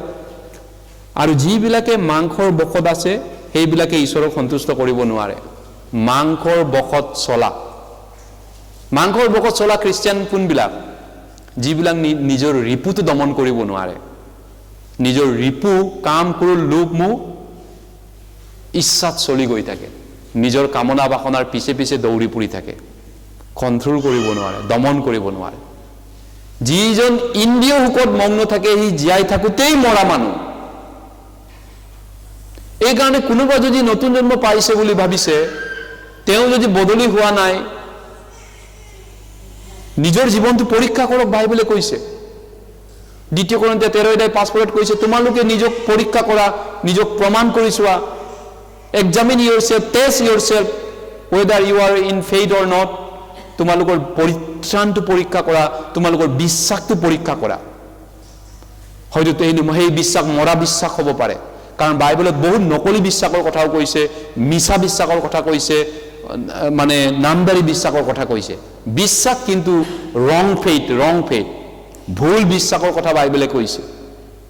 এইকাৰণে যদি আপুনি বদলি হোৱা নাই আজিলৈকে, একো চেঞ্জ নহয়, আপোনাৰ জীৱনটো একো পৰিৱৰ্তন যদি নহয়, তেতিয়াহ'লে আপুনি মৰা মানুহ হ'ব পাৰে। মৰা বিশ্বাস। মৰা মানুহ হ'লে ডেড বডিটো মৰা, আৰু আপুনি মৰা মানুহৰ লগত থাকিলে দুৰ্গন্ধ ওলাব, গেলিব, নহয়নে বডিটো কেইদিনমানৰ পিছত? সেইকাৰণে নতুন জন্ম পোৱা মানুহজন চেঞ্জিং হয়, বদলি হৈ থাকে। খ্ৰীষ্টিয়ান জীৱনটো আপুনি গছ এপাত চাবচোন, জীয়াই থকা গছজোপা চাবচোন, মৰা গছডাল চাবচোন। মৰা গছটো কেতিয়াও চেঞ্জ নহয়, বদলি নহয়, কিন্তু জীয়া গছটো বদলি হৈ থাকে, সলনি হৈ থাকে। আপুনি মই পৰীক্ষা কৰি চাব পাৰোঁ আমাৰ বিশ্বাসটো কেনেকুৱা বিশ্বাস, ৰাইট নে ৰং, আমি পৰীক্ষা কৰি চাইলে গম পাব পাৰোঁ। এইকাৰণে মাংসৰ মতে চলিলে তোমালোকে যেনে হ'লেও মৰিবা, কিন্তু মাংসৰ মতে নচলি আত্মাৰ দ্বাৰাই যদি মাংসটো বধ কৰিব পাৰা তেন্তে জীয়াই থাকিবা। এতিয়া খেদাখেদি চলি আছে, খেদাখেদি, আত্মাই খেদে মাংসই খেদে, আত্মাই খেদে মাংসই খেদে। এতিয়া মাংসটো মাৰি পেলাব লাগে। মই কেনেকৈ মাৰি পেলাম? মাংসটো মাৰি পেলাবলৈ মোৰ হাতটো ভৰি দুটা টেপি দিলেতো নহয়। কেনেকৈ মাৰিব? আত্মাৰ দ্বাৰা চলি পিনি আমি আত্মিকভাৱে যদি চলি যাব পাৰোঁ, আত্মিক মানুহ যদি হ'ব পাৰোঁ, মাংসটোক কণ্ট্ৰল কৰিব পাৰোঁ, কব্জালৈ আনিব পাৰোঁ, মাংসটোক চম্ভালিব পাৰোঁ। আত্মিক মানুহ হ'লে, মাংসিক হ'লে মাংসই আমাক চম্ভালিব, আৰু সেইটো মৰা মানুহ, মৰা বিশ্বাস, সেইটো ডেড ফেইথ, মৰা বিশ্বাস। এইকাৰণে খ্ৰীষ্টিয়ান জীৱনটো আমি যে চেংটিফিকেশ্যন বুলি কওঁ, বদলি হোৱা প্ৰক্ৰিয়া বুলি কওঁ, যে চেঞ্জিং হোৱা প্ৰক্ৰিয়া, প্ৰথম প্ৰক্ৰিয়াটো এইটো। কেনেকৈ বদলি হয়? মাংস আৰু আত্মাৰ মাজত খেদাখেদি হৈ থাকে।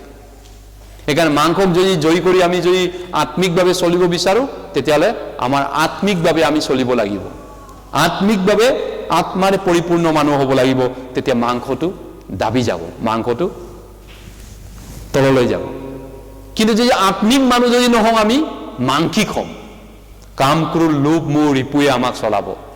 আমাৰ কামনা বাসনা, লোভ লালাচ, মায়া মোহ, এই জগতৰ বস্তুৱে আমাক চম্ভালি ৰাখিব, আৰু তাৰ পিছে পিছে আমি দৌৰি থাকিম। মায়া মোহ, টকা পইচা, সংসাৰ, মায়া মোহ, তাৰ পিছে পিছে আমি গোলাম কাটিব লাগিব, নহয়নে? কিন্তু আত্মিকভাৱে যদি আমি বলৱান হ'ব পাৰোঁ, আত্মাৰ মানুহ হ'ব পাৰোঁ, তেতিয়াহ'লে সেইবিলাক আমি কণ্ট্ৰলৰে আনিব পাৰোঁ পাপী স্বভাৱটো। কেনেকৈ পাপী স্বভাৱটোৰ পৰা পৰিত্ৰাণ পাম, সেইটো আজিৰ শিক্ষাৰ বিষয়। ঈশ্বৰে পাপী স্বভাৱ কেনেকৈ নাইকিয়া কৰে? দ্বিতীয়তে, ঈশ্বৰে আমাক কোবাই কেতিয়াবাই, মাজে সময়ে কোবাই পিনি হ'লেও নাইকিয়া কৰিব আমাৰ কঠিন পাপী স্বভাৱটো কোব দিব মাৰিব তেওঁ ইব্ৰী 12 কৈছে তেওঁ প্ৰেমেৰে কোবাব আমাক চাওঁ ইব্ৰী 12 আমি চাওঁ ইব্ৰী 12 যদি কোব কোৱা নাই আপুনি ভুল কাম কৰিও বদলি নোহোৱাকৈ থাকিও ঈশ্বৰৰ পৰা যদি মাৰ খোৱা নাই তেতিয়াহ'লে সেইটো এটা মৰা বিশ্বাস হ'ব পাৰে ইব্ৰী 12 কাৰণ যাক প্ৰেম কৰে ঈশ্বৰে তাক কোবাম বুলি কৈছে আমাৰ বিশ্বাসটো আমি কেনেকৈ পৰীক্ষা কৰিম ইব্ৰী 12 7-8 পদ 7 আৰু 8 হিব্ৰু চেপ্টাৰ 12 ভাৰ্ছ 7 and 8 তোমালোকে যি সহন কৰিছা সেয়ে তোমালোকৰ শাসনৰ অৰ্থে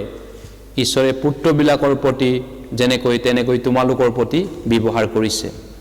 কিয়নো পিতৃয়ে শাস্তি নিদিয়ে এনে কোন পুত্ৰ আছে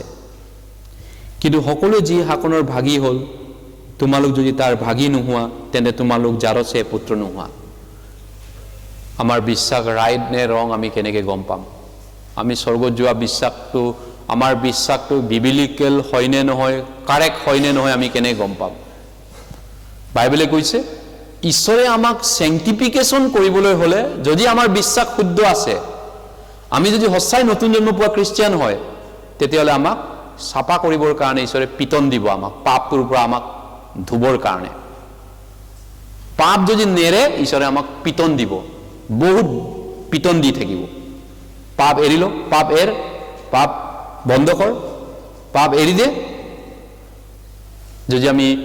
পিতন কোৱা নাই তেতিয়াহ'লে আমি গম পোৱা উচিত আমি পাপ কৰিও যদি পিতন নোকোৱাকৈ আছো তেতিয়াহ'লে আমি জহৰা বুলি কৈছে লিগেল সন্তান নহয় ইলিগেল সন্তান হয় ইব্ৰী 12 কৈছে যদি আমি পিতন খাইছো পাপ কৰি পিনি তেতিয়াহ'লে এইটো প্ৰুফ হ'ব পাৰে যে মোক ঈশ্বৰে ভাল পায় মোক ঈশ্বৰে পৰিত্ৰাণ দিছে মই স্বৰ্গত যাম মোৰ বিশ্বাসটো ৰাইট আছে ৰং নহয় কাৰেক্ট আছে কিন্তু পাপ কৰিও যদি পিতন নাখায় একো যদি কোপ নাখায় ঈশ্বৰৰ পৰা সেইটো বিশ্বাসটো মৰা বিশ্বাস নৰকত যোৱা বিশ্বাস সেইটো বাইবেলে কৈছে সেইটো পদক 13 আমি চাম তাত ধুনীয়াকৈ কথাটো কৈছে যিজনে নিজ পুতেকক চেকনি নিদিয়ে তেওঁ তাক ঘিণ কৰে আৰু যিজনে চেনে কৰে তাক উচিত সময়ত শাস্তি দিব ইব্ৰী 13 ইব্ৰী নহয় সেইটো পদক প্ৰভাৱছ 13 সেইটো পদক 13 আমাৰ বিশ্বাস শুদ্ধ নে অশুদ্ধ আমি পৰীক্ষা কৰি চোৱাৰ ৰাস্তাটো বাইবেলৰ পৰা আমি বিচাৰি পাব পাৰোঁ আমি স্বৰ্গলৈ যোৱা শুদ্ধ বিশ্বাস পাইছোনে নে নৰকলৈ যোৱা আমাৰ ভুল ৰং বিশ্বাস এতিয়াও আমাৰ আছে কাৰণ বিশ্বাস নৰকলৈ যোৱা বিশ্বাসো আছে স্বৰ্গলৈ যোৱা বিশ্বাসো আছে দুইবিধ কিবা আচলতে কেইবাবিধ বিশ্বাসৰ কথা বাইবেলে কৈছে ভগ্ন নৌকাৰ বিশ্বাসৰ কথা কৈছে ভুল বিশ্বাসৰ কথা কৈছে বেলেগ বেলেগ বিশ্বাস সেইটো পদক 13 আৰু প্ৰভাৱ চেপ্টাৰ 13 24 পদ সেইটো পদক প্ৰভাৱ চেপ্টাৰ 13 ভাৰ্ছ 24 24 পদ যিজনে নিজৰ পুতেকক চেকনি নিদিয়ে তেওঁ তাক ঘিণ কৰে কিন্তু যিজনে তাক চেনে কৰে তেওঁ উচিত সময়ত তাক শাস্তি দিয়ে শাস্তি খাইছেনে আপুনি মই পাপ কৰাৰ কাৰণে ভুল পথত যোৱাৰ কাৰণে আমি যদি সলনি নহওঁ আমি যদি বদলি নহওঁ একে যদি হৈ থাকো স্বভাৱ চৰিত্ৰৰ ব্যক্তিত্বৰ যদি চেঞ্জ নহয় এজন খ্ৰীষ্টিয়ান হিচাপত ঈশ্বৰে কৈছে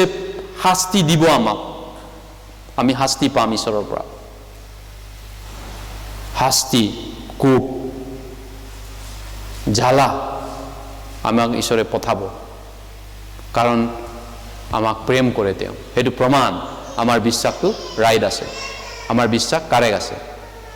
যদি আমি শাস্তি পোৱা খ্ৰীষ্টিয়ান নহয় মাৰ খোৱা খ্ৰীষ্টিয়ান নহয় পাপ কৰা সত্ত্বেও আমি বদলি হোৱা নাই আজিলৈকে কিন্তু ঈশ্বৰৰ পৰা মাৰো খোৱা নাই কোপো খোৱা নাই তেতিয়াহ'লে আপোনাৰ বিশ্বাসটো মৰা বিশ্বাস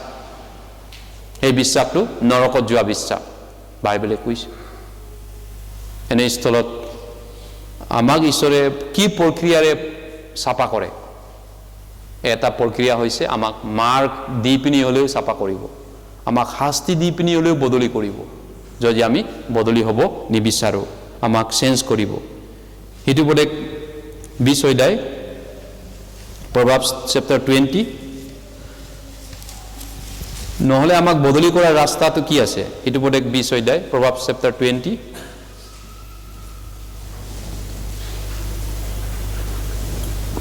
20 অধ্যায় 30 পদ verse 30 30 পদ ঘা লগোৱা পহাৰে দুষ্টতা মাজি গুচায় আৰু চেকনিৰ কোপ অন্তৰৰ নিচেই ভিতৰলৈকে যায় ঘা লগোৱা পহাৰ মানে মাৰ শাস্তি দুষ্টতা মাজি গুচায় গতিকে আমাৰ জীৱনত যিবিলাক দুষ্টতা আছে কাম ক্ৰোধ লোভ মোহ মায়া মোহ আছে নহয় জানো পাপী স্বভাৱ নহয় আছেনে নহয়নে আমাৰ আছে আমি জগতৰ প্ৰতি লোভ লালচ এতিয়াও আছে সেইবিলাক গুচাবৰ কাৰণে ঈশ্বৰে ঘা লগোৱা পহাৰ কৰিব আমাক পহাৰ মানে পহাৰ মাৰ খোৱা মাৰি দিয়া পহাৰ কৰি দিয়া বিৰাট বিষাই নহয়নে কেতিয়াবা কোনোবা এটা লাঠি এটাই মাৰি দিলে এছাৰি এটাই মাৰি দিলে গাটো কিমান বিষাব কিন্তু ঈশ্বৰৰ মাৰটো অন্তৰৰ ভিতৰৰ ভাগটো মাৰে মানসিক আত্মিক শাৰীৰিক সব পালৰ পৰা মাৰিব পাৰে কেতিয়াবা আপোনাৰ মানসিক শান্তি নাইকিয়া কৰিব পাৰে ঈশ্বৰে শান্তি আপোনাক বিপদত পেলাই দিব পাৰে ডেঞ্জাৰ সিচুৱেচনত আপুনি পৰি যাব পাৰে বিভিন্ন ধৰণৰ মাৰ আছে ঈশ্বৰৰ পালৰ পৰা কৰন্তীয়া মণ্ডলীলৈ মনত পৰক কৰন্তীয়া মণ্ডলীক ঈশ্বৰে কি মাৰ দিছিলে যিসকলে ঈশ্বৰৰ মাৰ খাই পিনি নিজৰ জীৱন হেৰুৱাব কৰন্তীয়ান চাৰ্চৰ জীৱনত যদি চাওক বাইবেলে কৈছে তোমালোকৰ মাজত বহুত মানুহ দুৰ্বলী ৰোগীয়া নিদ্ৰিত হ'ল প্ৰথম কৰন্তীয়া 11 অধ্যায় 30 পদত কৈছে কোনোবা যদি মাৰ খাই বেমাৰী হৈছে ঈশ্বৰৰ পৰা কোনোবা যদি মাৰ খাই দুৰ্বল হৈছে কোনোবা আনক ঠগাইছে নহয়নে আনক ঠগালেতো নিজেওতো ঠগ খাব কেতিয়াবাই জাকুবে এছক ঠগাইছিলে জাকুবেও পিছত চচুৰ বুঢ়া লাবনে জাকুবকো ঠগালে নহয়নে লেহাক দিম বুলি কৈ পিনি ৰাহেলক দিম বুলি কৈ পিনি তেওঁ কিবা লাবনৰ ঘৰত ৰাখি কাম কৰি দিছিল 7 বছৰ কিন্তু ৰাহেলক নিদি লেহাক দি দিলে বিয়াটো প্ৰথমতে ডাঙৰজনীক দিম বুলি ঠগ খালে বেয়াকে ঠগ খালেগে if you deceive other person you will be deceived by other person Christian হিচাপত যদি খ্ৰীষ্টিয়ান হিচাপত যদি আমি যদি বেলেগক ঠগাইছো ধনী হ'বৰ কাৰণে আমাকো বেলেগে ঠগাব আমিও দুখীয়া হৈ যাম কেতিয়াবা এখানে খ্ৰীষ্টিয়ান হিচাপত কৰন্তীয়া মণ্ডলী ভাই ভনীবিলাক দুৰ্বল ৰোগীয়া আৰু কিছুমানে মৃত্যু হৈছিল যদি ঈশ্বৰৰ মাৰ খাই কোনোবা যদি মৰি যায় আগতীয়াকে প্ৰভু যীশু অহা দিনাখন তেওঁ ঈশ্বৰৰ আগত লাজ পাব নহয়নে ঈশ্বৰৰ পৰা কোপ খাই মৰা মানুহ আছে বাইবেলত কৰন্তীয়া মণ্ডলীত ঈশ্বৰে মাৰি পেলালে তেওঁ মাৰি দিলে তেওঁৰ আত্মাটোক স্বৰ্গলৈ নিবৰ কাৰণে তেওঁ মাৰি পেলালে শৰীৰটো আৰু যিদিনাখন তেওঁ পৰিত্ৰাণ পাব সেইদিনাখন ঈশ্বৰৰ আগত তেওঁ লাজ পাবগে লাজ বিৰাট লজ্জিত হ'ব প্ৰভুৰ আগত লাজ পাবগে হয় এতিয়া কিমানখিনি আমি পবিত্ৰ হ'ম মতি প্ৰভুৱে কৈছে 5:48 পদত you shall be perfect just as your heavenly father perfect তোমালোকৰ স্বৰ্গীয় পিতৃ যেনেকুৱা সিদ্ধ তোমালোকৰ সকলো আচাৰ ব্যৱহাৰত তেনেকুৱা সিদ্ধ হোৱা মতি 5:48 পদত কৈছে আমি কিমানখিনিলৈ সিদ্ধ হ'ম সিদ্ধ সম্পূৰ্ণ কিমানখিনিলৈ সম্পূৰ্ণ হ'ব লাগিব গালাতিয়া 4:19 পদত পৌলে কৈছে গালাতিয়া মণ্ডলীক যেতিয়ালৈকে খ্ৰীষ্টৰ আকাৰ তোমালোকৰ লগত নাহে তেতিয়ালৈকে মই প্ৰসৱ বেদনাত আকৌ এবাৰ ভুগি আছো মই প্ৰসৱ বেদনা I have gone through a labor pain mother gone through labor pain when going to deliver a baby মই এই প্ৰসৱ বেদনাত আকৌ ভুগি আছো যেতিয়ালৈকে তোমালোকৰ খ্ৰীষ্টৰ আকাৰ সম্পূৰ্ণ নহয় পৌলে কৈছে প্ৰথম কৰন্তীয়া 11:1 পদত মোক মই যেনেকৈ খ্ৰীষ্টৰ অনুকাৰী তোমালোকে মোৰ অনুকাৰী হোৱা মই যেনেকৈ খ্ৰীষ্টৰ অনুকাৰী তোমালোকো মোৰ অনুকাৰী হোৱা হয় এই কাৰণে পৌলে কৈছে মই খ্ৰীষ্টে হৈতে ক্ৰুচত হত হলো মই যীশু বুলিলে হে আৰু মই নহয় কিন্তু মই যি জীৱন মোৰ শৰীৰত এতিয়া যাপন কৰিছো মোক প্ৰেম কৰা আৰু মোৰ কাৰণে নিজকে সমৰ্পণ কৰা ঈশ্বৰৰ পুত্ৰত কৰা এই বিশ্বাসতে মই জীৱন যাপন কৰিছো গালাতিয়া 2:20 পদত কৈছে হয় গালাতিয়া 2:20 পদ আমি চাওঁ পৌলৰ টেষ্টিমনি আমি চাওঁ গালাতিয়া 2:20 পদ গালাতিয়া 2:20 পদ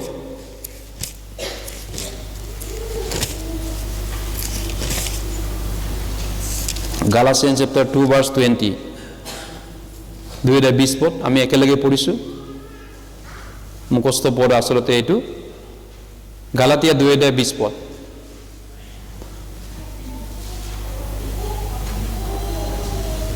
গালাতিয়া 2:20 পদ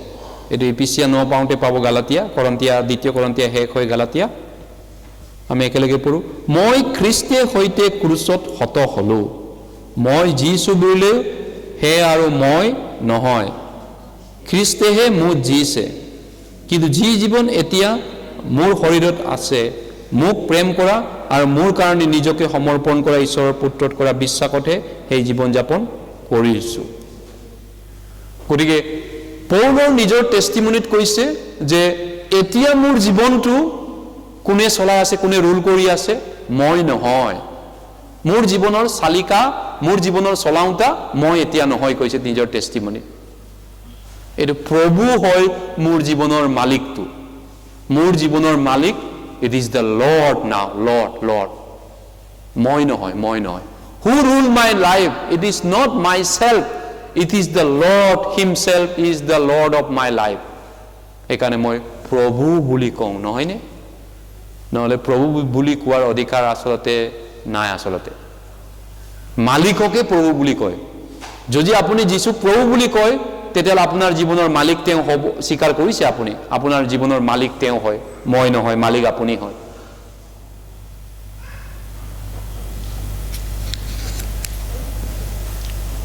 আনফালে কিছুমান খ্ৰীষ্টিয়ান আছে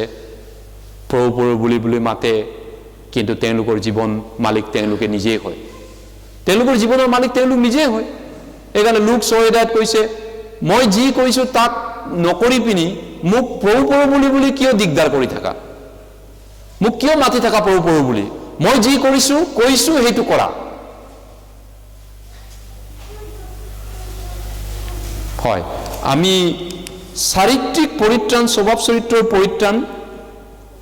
ঈশ্বৰে কেনেকৈ কৰে পৌলে কোৱাৰ ধৰণে তেওঁ নিজক স্বীকাৰ কৰিছে যে মই ঈশ্বৰৰ পুত্ৰত কৰা বিশ্বাসত এতিয়া জীয়াই আছো মই নিজকে জীয়াই থকা নাই ঈশ্বৰৰ পুত্ৰত কৰা বিশ্বাসত জীয়াই আছো যিজনে মোক প্ৰেম কৰে আৰু নিজকে মোৰ বাবে নিজকে হুদাই দিলে সেইজন ঈশ্বৰৰ পুত্ৰত কৰা বিশ্বাসত মই জীয়াই আছো বাঢ়িবলৈ আমি কি কৰিব লাগিব আমি বাঢ়িবৰ কাৰণে কি দৰকাৰ আছে আমি যে স্বভাৱ চৰিত্ৰটো হলনি হ'বলৈ কি দৰকাৰ আছে প্ৰথম পিতৰ 1:2 পদত কৈছে নতুনকৈ জন্ম হোৱা মিহলি নোহোৱা আত্মিক গাখীৰলৈ হাবিয়াস কৰা আমি বাঢ়িবৰ কাৰণে প্ৰথম দৰকাৰী বিষয়টো কি ঈশ্বৰৰ বাক্য বাইবেলখন আমি পঢ়িব লাগিব ভালকে বাইবেল শিকিব লাগিব বাইবেল পঢ়িব লাগিব আপোনালোকৰ ঘৰত যেতিয়া বাইবেল পঢ়ে বাইবেল বুলি আপুনি পঢ়েনে ভালকে তাক নে এনে কেয়াৰলেছলি ভাবে আপুনি বাইবেল পঢ়ে বাইবেলখন আমাৰ বাবে বাঢ়িবৰ কাৰণে হলনি হোৱাৰ প্ৰথম প্ৰক্ৰিয়াটো হৈছে বাইবেলখন পঢ়িব লাগে আমি প্ৰথম পিতৰ 2:2 চাওঁ প্ৰথম পিতৰ 2:2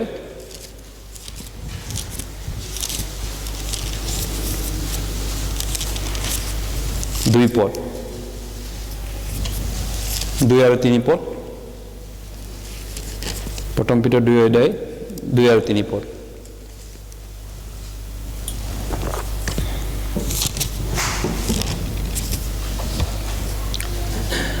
তেন্তে সকলো হিংসা সকলো চল কপট অসূয়া আৰু সকলো পৰচৰ্চা দূৰ কৰি নতুনকৈ যত্মা শিশুবিলাকৰ দৰে মিহলি নোহোৱা আত্মিক গাখীৰলৈ হাবিয়াস কৰা যাতে তাৰ দ্বাৰাই পৰিত্ৰাণৰ অৰ্থে বৃদ্ধি পোৱা গতিকে আমাৰ স্বভাৱ চৰিত্ৰৰ পৰিত্ৰাণটো ঈশ্বৰে কেনেকৈ কৰে ঈশ্বৰৰ বাক্যৰ যোগেদি কৰে through the word of God necessary important আমাৰ বাবে requirement for the sanctification হ'বলৈ বদলি হ'বৰ কাৰণে দৰকাৰী প্ৰক্ৰিয়াটোৱে হৈছে এক নম্বৰটো হৈছে ঈশ্বৰৰ বাক্য the word of God সেইকাৰণে we have to study daily word of God আমি daily ঈশ্বৰৰ বাক্য পঢ়িব লাগে ঘৰটো শুনিব লাগে সাৰমন ৰিপিট কৰিব লাগে শুনি থাকিব লাগে একেটা সাৰমনকে আপুনি ৰিপিট কৰি শুনিব পাৰে গৰুবিলাক দেখিছেনে গৰুৱে পথাৰত দিনটো ঘাঁহ খায় কিন্তু গোহালিত আহি পিনি পাগলিয়াই থাকে মুখখন লৰাই থাকে গৰু এইকাৰণে গৰু যদিও খেৰ খায় শুকান ঘাঁহ খায় বহুত শক্তি আছে সামৰ্থ্য আছে বল আছে আৰু গৰুৱে হাল টানিব পাৰে গাখীৰ দুনিয়া দিয়ে কাৰণ সি সুবাই থাকে বস্তুটো খুব সুবাই এই সুবুৱাটো হৈছে ঈশ্বৰৰ বাক্য শুনি থাকা ৰিপিট কৰি পঢ়ি থাকা শুনি থাকা এইজন পাৱাৰফুল হ'ব স্পিৰিচুৱেলি আত্মিকভাৱে বলৱান হ'ব তেওঁ ৰিপিটলি ঈশ্বৰৰ বাক্য শুনা মই আজি ৰাতিপুৱা যোৱা বছৰ এই বছৰৰ লকডাউনৰ পিছৰ যিটো সাৰমন মই শুনিছোগে মোৰ সাৰমনে মই শুনিছোগে খ্ৰীষ্টিয়ান জাজমেণ্ট অফ ক্ৰাইষ্টৰ বিষয়ে মই শুনিছোগে শুনিলে নিজৰ জীৱনটোত আত্মিকভাৱে আমি শক্তি পাওঁ সামৰ্থ্য পাওঁ আৰু ৰিপিটেডলি শুনিলে আশীৰ্বাদ পাওঁ হয় এইকাৰণে যীশুৱে আমি বাইবেলত কৈছে জোহন 1:16 যে তেওঁৰ সেই পূৰ্ণতাৰ পৰা আমি অনুগ্ৰহৰ উপৰি অনুগ্ৰহ পাৰো ইন হিজ ফুলনেছ তেওঁৰ সেই পূৰ্ণতাৰ পৰা Jesus Christ is the pool of grace and love যীশু খ্ৰীষ্ট অনুগ্ৰহ আৰু সত্যতাৰে পৰিপূৰ্ণ গতিকে আপুনি তেওঁৰ পৰা অনুগ্ৰহ আৰু সত্যতা পাবলৈ হলে তেওঁৰ সেই পূৰ্ণতাৰ পৰা অনুগ্ৰহৰ উপৰি অনুগ্ৰহ বাঢ়ি বাঢ়ি যাব লাগিব জোহন 10:10 কৈছে মই হলে জীৱন দিবলৈ আহিছো তাকে প্ৰচুৰ জীৱন দিবলৈ আহিছো the abundant life is in Jesus Christ secondly আমি যদি বাঢ়িব বিচাৰো ৰিকুয়াৰমেন্ট দ্বিতীয় দৰকাৰী বিষয় হৈছে আমি এটা আত্মা ওয়ান হোলি স্পিৰিটত আমি চলি থাকাটো there is only one holy spirit in this world পবিত্ৰ আত্মা এটা আছে one father god one son god one holy spirit abiding in the one holy spirit বাইবেলত কৈছে ইপিচিয়া 4 আমি চাওঁ ইপিচিয়া 4 আমি সেই একটা পবিত্ৰ আত্মাৰ শিক্ষাত আমি থাকিব লাগিব পবিত্ৰ আত্মাৰ একতা লৈ আহিব লাগিব unity of faith unity of knowledge and unity of holy spirit পবিত্ৰ আত্মাৰ একতা ইপিচিয়া 4 অধ্যায় ইপিচিয়া 4 অধ্যায়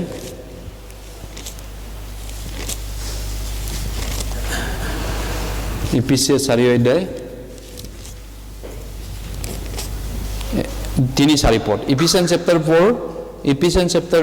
4 verse 3 and 4 আৰু শান্তিৰ বন্ধনত পবিত্ৰ আত্মাৰ ঐক্য ৰাখিবলৈ যত্ন কৰা শৰীৰ এক আত্মাও এক এইদৰে তোমালোকৰ আমন্ত্ৰণৰ এক আকাৰে আমন্ত্ৰিত হলা শান্তিৰ বন্ধনত endeavoring to keep the unity of endeavoring to keep the unity keep the bond of peace endeavoring to keep the unity of the spirit পবিত্ৰ আত্মাৰ ইউনিটিত থাকিবলৈ আমি চেষ্টা কৰা one lord one spirit one jesus one god we are one আমি এটা হয় আমাৰ এজন পিতৃ আছে এজন প্ৰভু আছে এটা আমি পবিত্ৰ আত্মা পাইছো one same holy spirit প্ৰথম কৰিন্থিয়া 12:13 কৈছে কাৰণ জিহুদী হোক বা গ্ৰীক হোক দাস হোক স্বাধীন হোক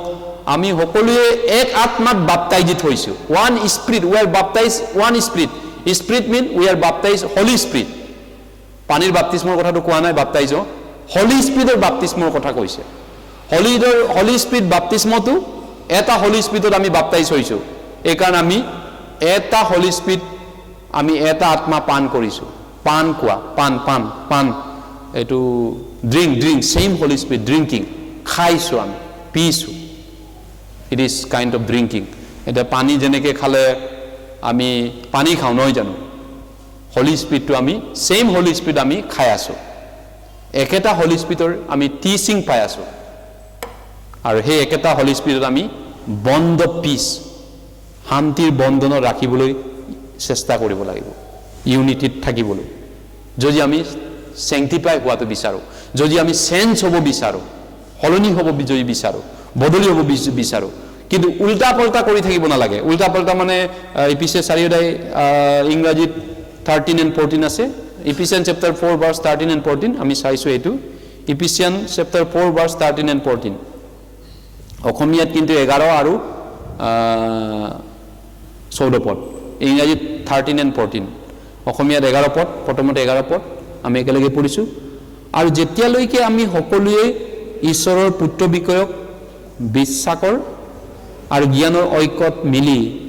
সিদ্ধ পুৰুষৰ অৱস্থা অৰ্থাৎ খ্ৰীষ্টৰ পৰিপূৰ্ণতাৰ বয়সৰ পৰিমাণ নাপাওঁ 14 পদ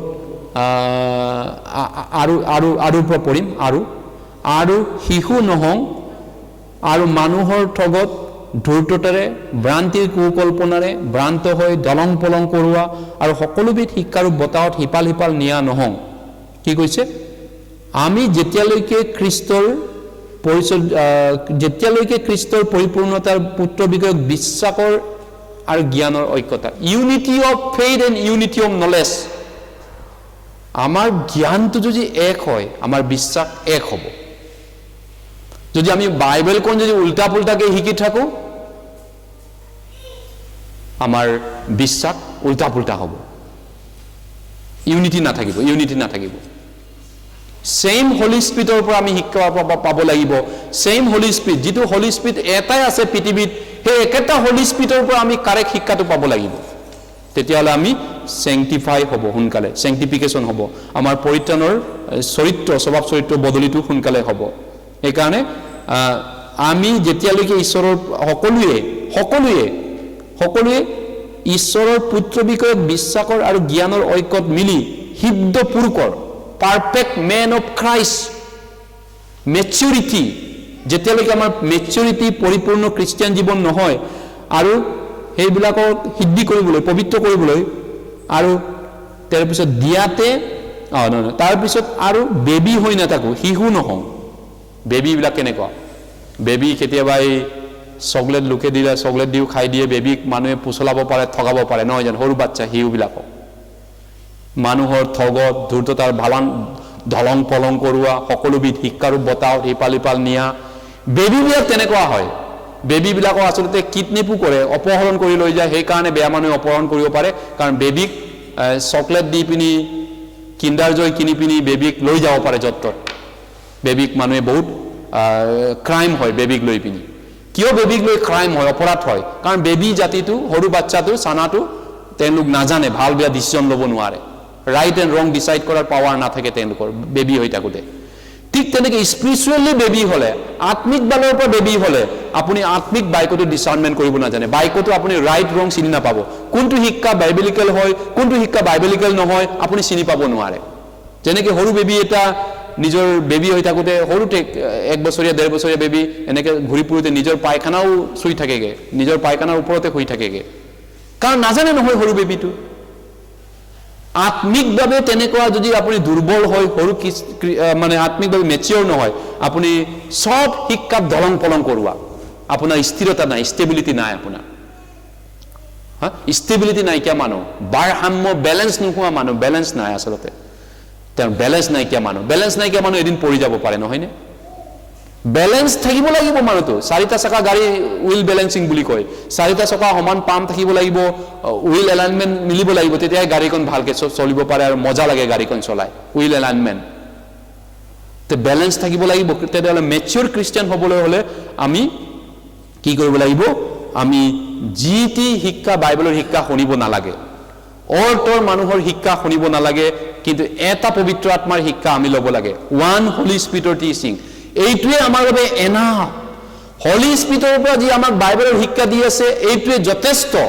আমি আলটু পালটু ইউটিউবৰ গৈ উল্টা পুল্টা বেলেগ উল্টা পুল্টা শিক্ষকৰ শিক্ষা ল'ব নালাগে উল্টা পুল্টা শিক্ষা জৰ্টৰ ৰেভাৰেণ্ড ফাদৰী যি টি মানুহৰ শিক্ষা ল'ব নালাগে এইটো বাইবেলে কৈছে আমি এটা হলি স্পিৰিটৰ শিক্ষা ল'ব লাগে এটা same holy spirit born again খ্ৰীষ্টিয়ানৰে শিক্ষা ল'ব লাগে তেতিয়া আমাৰ লাইফটো সোনকালে বদলি হ'ব চেঞ্জ হ'ব আশীৰ্বাদ পাব এইটো বাইবেলত কৈছে আৰু আমি খ্ৰীষ্টিয়ান হিচাপত একেলগে থাকা উচিত ইপিছে 4 অধ্যায়তে আছো 15-16 পদ আমি একেলগে পঢ়ো আমি 15-16 পদ 15 আৰু 16 ইফিচিয়ান্স চেপ্টাৰ 4 ভাৰ্স 15 and 16 একেলগে পঢ়ো কিন্তু প্ৰেমত সত্যালম্বী হৈ যি খ্ৰীষ্ট মূৰ স্বৰূপ তেওঁৰ উদ্দেশ্যে সকলো বিষয়ত বৃদ্ধি পাওঁ তেওঁৰ পৰা উৎপন্ন হোৱা পোহৰণৰ উপায়ৰ সকলো সংস্পৰ্কৰ দ্বাৰাই গোটেই শৰীৰ সংলগ্ন আৰু সংযুক্ত হৈ নিজ নিজ পৰিমাণ অনুসাৰে প্ৰত্যেক ভাগৰ কাৰ্য সাধনৰ দৰে প্ৰেমত শৰীৰ বৃদ্ধি সাধনৰ অৰ্থে নিজৰ বৃদ্ধি সাধন কৰে হয় আমি হেকত আছো আৰু লাষ্টত গতিকে speaking the truth in love and grow up in everything in all things from the whose head is Christ Jesus from whom the whole body join and knit together যীশু খ্ৰীষ্ট হেড হয় নহয় নে আমাৰ মাথাটো হেড আমাৰ personal লাইফৰ আমাৰ মাথাটো হেডটো আমাৰ মাথাটো আমি হেডৰ লগত জইন আছো আমাৰ বডি পাৰ্টস অফ বডি বিলাক আমাৰ হেডটো মতে আমি ডাইৰেকশনত চলি আছো আমাৰ পাৰ্টস অফ বডি বিলাক চাৰ্চৰ হেডটো জিজাস ক্ৰাইষ্ট হয় মণ্ডলীৰ হেডটো জিজাস ক্ৰাইষ্ট হয় আমি মণ্ডলীৰ হেড জিজাস ক্ৰাইষ্টৰ লগত নিট এণ্ড জইন হ'ব লাগে যেনেকৈ আমাৰ পাৰ্টস অফ বডিটো নিট এণ্ড জইন হৈ আছে ফাংচন হৈ আছে ওয়েল ফাংচন হৈ আছে নিট এণ্ড জইন সংলগ্ন সংস্পৰ্ক হাত ভৰি আঙুলি সব অংগ পতংগবিলাক জড়িত ধুনীয়াকৈ জইন হৈ আছে কাৰণে ধুনীয়াকৈ কাম কৰি আছে আমিও যীশু খ্ৰীষ্টৰ মণ্ডলীত তেনেকুৱা হয় পাৰ্টস অফ বডি হয় আমি একোটা অংগ হয় প্ৰথম কৰিন্থীয় 12:27 পদত কৈছে যি তোমালোক যীশুৰ শৰীৰ হয় you are the body of Jesus Christ and you are the individually you are parts of the body তোমালোক একোটা অংগ হয় যীশুৰ শৰীৰৰ আমি অংগ পতংগ হিচাপত জইন কিন্তু অংগ পতংগ জইন হ'ব লাগে join it is the knit and join together join church is join we should not be isolated from the church মণ্ডলীৰ পৰা নিজকে আঁতৰ কৰি আলাগ কৰি থাকিব নালাগে চাৰ্চৰ পৰা জিজাস ক্ৰাইষ্টৰ পৰা আমি আলাগ হৈ থাকিলে আমি বাঢ়িব নোৱাৰিম বদলি হ'ব নোৱাৰিম কোনোবা আলাগ হৈ থাকে অকল আলাগ তেওঁ মন গলে সানডে মাহেকত বা 6 মাহৰ মূৰত এবাৰ আহিব তেওঁ নতুন জন্ম পোৱা বুলি ভাবি লৈছে তেওঁ আলাগ হৈ চলি আছে আলাগ হিটো পদে 18 এক পদত কৈছে যি মানুহে নিজকে নিজে পিটক ৰাখে তেওঁ কেৱল নিজৰ বাঞ্ছা সিদ্ধিৰ চেষ্টা কৰে আৰু তেওঁ সকলো সুপৰামৰ্শৰ বিৰুদ্ধে খং দেখুৱায় আপুনি আলোক হৈ পিনি চলি পিনি মণ্ডলীৰ পৰা আলোক হৈ চলি পিনি আপোনাৰ জীৱনটো চেঞ্জ নহয় বদলি নহয় যোনে মণ্ডলীৰ লগত জড়িত আছে চাৰ্চৰ লগত এক্টিভিটিৰ লগত এক্টিভলি জড়িত আছে নিট এণ্ড জইন তেওঁলোকে চেঞ্জ হ'ব সোনকালে চেঞ্জ হ'ব মানুহে দেখা পাব এই বাইদেউগৰাকী এই দাদাজন বহুত বদলি হৈ গ'ল আজিকালি সেই আগৰ মানুহজন নহয় দেই সেই আগৰজন নহয় দেই একেতে আৰে আগত এনেকা মানুহ আছিল আগৰ আজিকালি ইমান বদলি হ'ল যে আগতেতো জুৱাৰী মদাহী কিবা বেয়া কাম কৰা বেইছা লাইনত থকা মানুহে আছিলে শুনিছিলো কিন্তু আজিকালি ভদ্ৰ বহুত ভাল মানুহ হৈ গ'ল কেনেকৈ হ'ল এইটো মণ্ডলী চাৰ্চৰ জিজাস ক্ৰাইষ্টৰ পাৱাৰ আছে এইটো কৰিবলৈ জিজাস ক্ৰাইষ্টে এইটো কৰিব পাৰে হয় এইকাৰণে আমি নিজৰ অংকখিনি কৰিব পাৰিম যেতিয়া আমি হাতৰ অংক হাতে কাম কৰিব আঙুলিৰ কাম কৰিব নকে নকৰ কাম কৰিব মাথাৰ কাম কৰিব চুলিৰ কাম কৰিব মুখৰ কাম কৰিব নাকে নাকৰ কাম কৰিব এতিয়া যদি আপোনাৰ লিভাৰৰ কাম কৰিব লিভাৰ কিডনি লাংছ হাওঁপাওৰ কাম কৰিব লিভাৰে যদি কাম নকৰে কিডনিয়ে যদি কাম নকৰে কেনেকৈ চলিব গোটেই পাৰ্টটো চলি থাকিব লাগিব বডিটো কাম কৰিবলৈ হ'লে গোটেইটোৱে কাম কৰিব লাগিব নহয় একেলগে সব তেতিয়াহ'লে এটা শৰীৰ এজন ব্যক্তিৰ জীৱনটো চলি থাকে ধুনীয়াকৈ গোটেই পাৰ্টছৰ অংগখিনি চলি আছে এইকাৰণে আমি খ্ৰীষ্টিয়ান হিচাপত মণ্ডলীত নিট এণ্ড জইন সংলগ্ন সংস্পৰ্ক একেলগে থকাটো ইয়াত বাইবেলত কৈছে হেকত ৰোমিয়া 12 আমি চাওঁ ৰোমান চেপ্টাৰ 13 12 ৰোমিয়া 12 অধ্যায় Romans chapter 12 আমাৰ চাৰ্চ লাইফত Jesus Christ is the head of the church আৰু আমি একোটা অংগ পতংগ হিচাপত আমি বদলি যিশুৱে আমাক বদলি কৰিব হলনি কৰিব কেনেকৈ হলনি কৰিব আমাক কি ধৰণে হলনি কৰি থাকিব তেওঁ ৰোমিয়া 12 অধ্যায় 3 পদ ভাৰ্স 3 মই পঢ়ি দিছো কিয়নো মোক দিয়া অনুগ্ৰহৰ দ্বাৰাই মই তোমালোকক প্ৰত্যেকজনক কওঁ যে উপযুক্ত বিবেচনাতকৈ কোনেও নিজকে বৰ বুলি বিবেচনা নকৰক কিন্তু ঈশ্বৰে যাক যি পৰিমাণে বিশ্বাস দিলে তেওঁ সেই অনুসাৰে নিজৰ বিষয়ে গভীৰ মনেৰে বিবেচনা কৰক হয় আমি খ্ৰীষ্টান হিচাপত বাঢ়িবলৈ হলনি হোৱা প্ৰক্ৰিয়াটো স্বভাৱ চৰিত্ৰটোক কেনেকৈ হলনি হ'ম কেনেকৈ বাঢ়ি যাম আমি মণ্ডলীয়ে প্ৰভু যীশুক সেৱা কৰোঁ we are serving the Lord Jesus Christ right everyone আৰু আমি কেনেকৈ সাৰ্ভিস কৰোঁ mainly two job we are doing as a church আমি দুইটা ধৰণৰ মেইন কাম কৰোঁ মণ্ডলীয়ে what is the two job দুইটা প্ৰধান কাম কি এটা হৈছে আমি চাৰ্চ লেভেলত আমি একেলগে প্ৰচাৰ কৰোঁ do evangelism work we are preaching the gospel that is the great commandment of the Lord প্ৰভু যীশুৰ ডাঙৰ আজ্ঞা হয় প্ৰচাৰ কৰাটো দ্বিতীয়তে আমি ভিতৰুৱাভাৱে আমাৰ ভিতৰুৱাভাৱে ইউনিটি আছে একতা আছে প্ৰেম আছে we are one ভিতৰুৱাভাৱে আমি এক হয় আমি প্ৰেম কৰোঁ ইজনে ইজনক we love one another we care one another আমি ইজনে ইজনক প্ৰেম কৰোঁ inwardly we are doing that this is the big job of the church two big job evangelism and love inside the church inwardly the Jesus commandment this is the great two commandment John 13 অধ্যায়ত কৈছে love one another ইজনে ইজনক প্ৰেম কৰা মই তোমালোকক নতুন আজ্ঞা দিম new commandment I am giving that love one another হয় গতিকে অতিৰিক্ত কৰা ভাল নহয় অতিৰিক্ত হিমা চেৰাই যোৱা ভাল নহয় মানুহে কয় তুমি হিমা চেৰাই যোৱা এই মানুহটো বৰ অতিৰিক্ত কৰি থাকে অতিৰিক্ত ওভাৰ দেন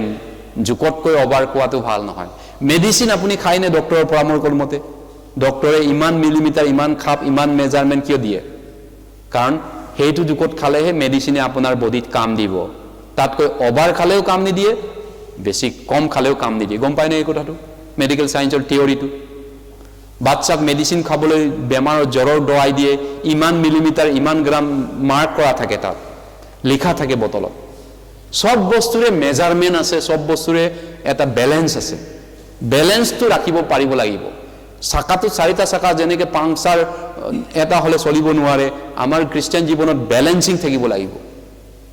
আমি নিজকে বহুত ওপৰত বেছি কৰি দিয়াও ভাল নহয় টু মাছ এক্সাজাৰেশ্যন অত্যাধিক বেছি অতিৰিক্ত কৰি দিয়া ভাল নহয় অতিৰিক্ত দুখ কৰা অতিৰিক্ত বেজাৰ কৰা অতিৰিক্ত আনন্দ কৰা অতিৰিক্ত খং উঠা অতিৰিক্ত যিকোনো বস্তু ভাল নহয় বেছি অতিৰিক্ত খানা খোৱাও ভাল নহয় পেটৰ অসুখ হ'ব অসুবিধা হ'ব সমস্যা হ'ব বিভিন্ন ধৰণৰ প্ৰবলেম আহিব যিকোনো অতিৰিক্ত ভাল নহয় পৌলে কৈছে ঈশ্বৰে যিটো অনুগ্ৰহ দিছে হেতুতেই যথেষ্ট ঈশ্বৰে যি মোক বিশ্বাস দিছে হেতুৱে মোৰ বাবে যথেষ্ট তাতেহে মই বাঢ়ি বাঢ়ি যাব লাগে তাৰ সেই লেভেলৰ পৰা মই ইনক্ৰিজ হ'ব লাগে ইনক্ৰিজ মাই sanctification process মোৰ holiness process to মোৰ পবিত্ৰ জীৱনটো তাৰ পৰা বৃদ্ধি হৈ যাব লাগে পবিত্ৰৰ পৰা পবিত্ৰ ভালৰ পৰা ভাল শুদ্ধতাৰ পৰা শুদ্ধতা মই তাৰ পৰা আগবাঢ়িব লাগে প্ৰভুৱে যি মোক বিশ্বাস দিছে প্ৰভুৱে যি মোক অনুগ্ৰহ দিলে তাতকৈ বৰ বুলি নিজকে আৰু ভাবিব নালাগে বৰ মানে বেছি কৰি দিয়া ভাল নহয় যিকোনো বেছি কৰি দিয়া বস্তু ভাল নহয় বেছি কৰিব নাপায় আসলতে আমাৰ কাৰোবাৰ এনেকা স্বভাৱ আছে বেছি বেছি কৰি দিয়ে বেছি কথা কৈ দিয়া বেছি খানা খাই দিয়া বেছি দুখ প্ৰকাশ কৰা বেছি আনন্দ কৰা বেছি বেজাৰ দেখুৱা বেছি কৰাটো সদায় বেয়া বস্তু নহয় নে বেছি সুগাৰো বেছি খালে চেনি বেছি খালে মিঠাই বস্তু খালে আপোনাৰ সুগাৰ নহবনে সুগাৰ হ'ব সুগাৰ যদি আপুনি কণ্ট্ৰল কৰিব নোৱাৰে আপোনাৰ বিভিন্ন বেমাৰ হ'ব প্লাছ আপোনাৰ লাইফ স্পেনটো কমি যাব পাৰে আপোনাৰ জীয়াই থকা আয়ুটো কমি যাব পাৰে এইকাৰণে সব বস্তুৰে লেভেল আছে সীমা আছে মেজাৰমেণ্ট আছে সেইমতে খ্ৰীষ্টিয়ান জীৱনতো পৌলে কৈছে সেইমতে আগবাঢ়িব লাগে খ্ৰীষ্টিয়ান জীৱনটো সেইমতে আগবাঢ়িলে আমাৰ স্যাংটিফিকেশনটো ভাল হ'ব খ্ৰীষ্টিয়ান জীৱনটো উন্নতি হ'ব এইটো নহয় যে আমি অভাৰনাইটত এঞ্জেল হৈ যাম নো এক নিশাৰ ভিতৰতে আমি স্বৰ্গদূত হ'ব নোৱাৰো এইটো এটা লম্বা প্ৰসেস আৰু এইটো মাংস আৰু আত্মাৰ যুদ্ধ প্ৰথমতে মাংস আৰু আত্মাৰ যুদ্ধ জুজ বাগৰা বাগৰি মোৰ আত্মাই কেতিয়াবা আগুৱাব বিচাৰে আকৌ আমি পিছুৱাই যাওঁ আকৌ মাংসটো আগুৱাই গৈ থাকে আকৌ মই ইচ্ছা কৰিছো মই আত্মিক হ'ব বিচাৰিছো মাংসটোক জয় কৰিব বিচাৰিছো মই আত্মাৰে চলিলে মাংসটো সৰু হৈ যায় কাম কৰো লোভ মোহ ৰিপু তোমালোকে যেনে হলে মৰিবা মাংসত চলিলে ৰুমিয়া 8:13 কৈছে আত্মাৰ দ্বাৰাই মাংসটো বধ কৰিবলৈ কৈছে তাৰ পিছত আত্মাৰ কাৰ্যবিলাক মাংসৰ কাৰ্যবিলাক বাইবেলে এইটো স্পষ্টকৈ কৈছে দ্বিতীয়তে আমি স্বভাৱ চৰিত্ৰ বদলি হ'বলৈ ঈশ্বৰে আমাক দুখ কষ্ট প্ৰক্ৰিয়া এৰি দিছে ঈশ্বৰে আমাক চেষ্টাইজমেন্ট কৰে Lord God use chastisement has for sanctification আমাক সাপা কৰিবৰ কাৰণে তেওঁ আমাক কুবাই মাজে সময়ে পিটন দিব শাস্তি দিব যাতে আমি তেওঁৰ দৰে সাপা হ'ব পাৰো সিদ্ধ হ'ব পাৰো আৰু সাপা কৰিবলৈ আমাক বিভিন্ন বস্তু লাগে এক নম্বৰ ঈশ্বৰৰ বাইক লাগে গাদ আপুনি পুৱাৰ পৰা গলৈকে পানী লাগে নহয়নে পানী কেতিয়াবা মই নুহুৱাকে কল্পনা কৰিব নোৱাৰো জীৱনটো without water how can you survive a day ইপিচিয়া 5:26 কৈছে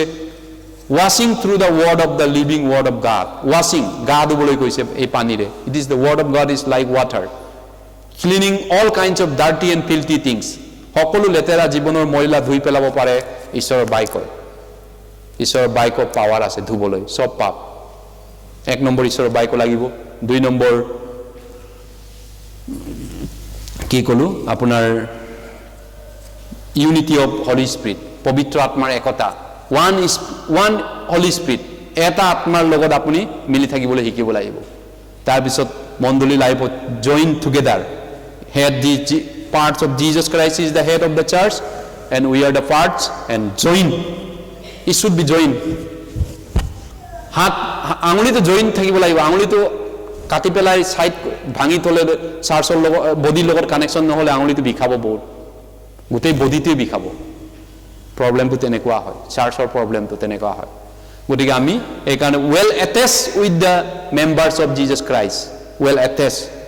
then we will be grow change more and more আমি বদলি হম চেঞ্জ হম ঈশ্বৰৰ আশীৰ্বাদ কৰক আমি যদি সংলগ্ন হম একেলগে থাকো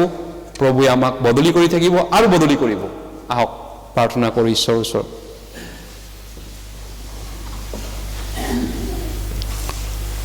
মৰমীয়াল দয়ালু পিতৃ ঈশ্বৰ তোমাক ধন্যবাদ দিছো তোমাৰ মৰমৰ কাৰণে প্ৰভু আমি পাপী আছিলো পূৰ্বে তোমাৰ সবাধ্য তোমাৰ আগত শত্ৰু ৰূপে আমি জীয়াই আছিলো আমাৰ পাপবোৰ আছিল তোমাৰ আগত প্ৰভু আমি মাংস আৰু মনৰ ইচ্ছা মতে চলিছিলো পূৰ্বতে কিন্তু তুমি দয়া ধনবান ঈশ্বৰ আমাক অপৰাধত মৰি থকা কালতে খ্ৰীষ্টে হৈতে আমাক তুলিলা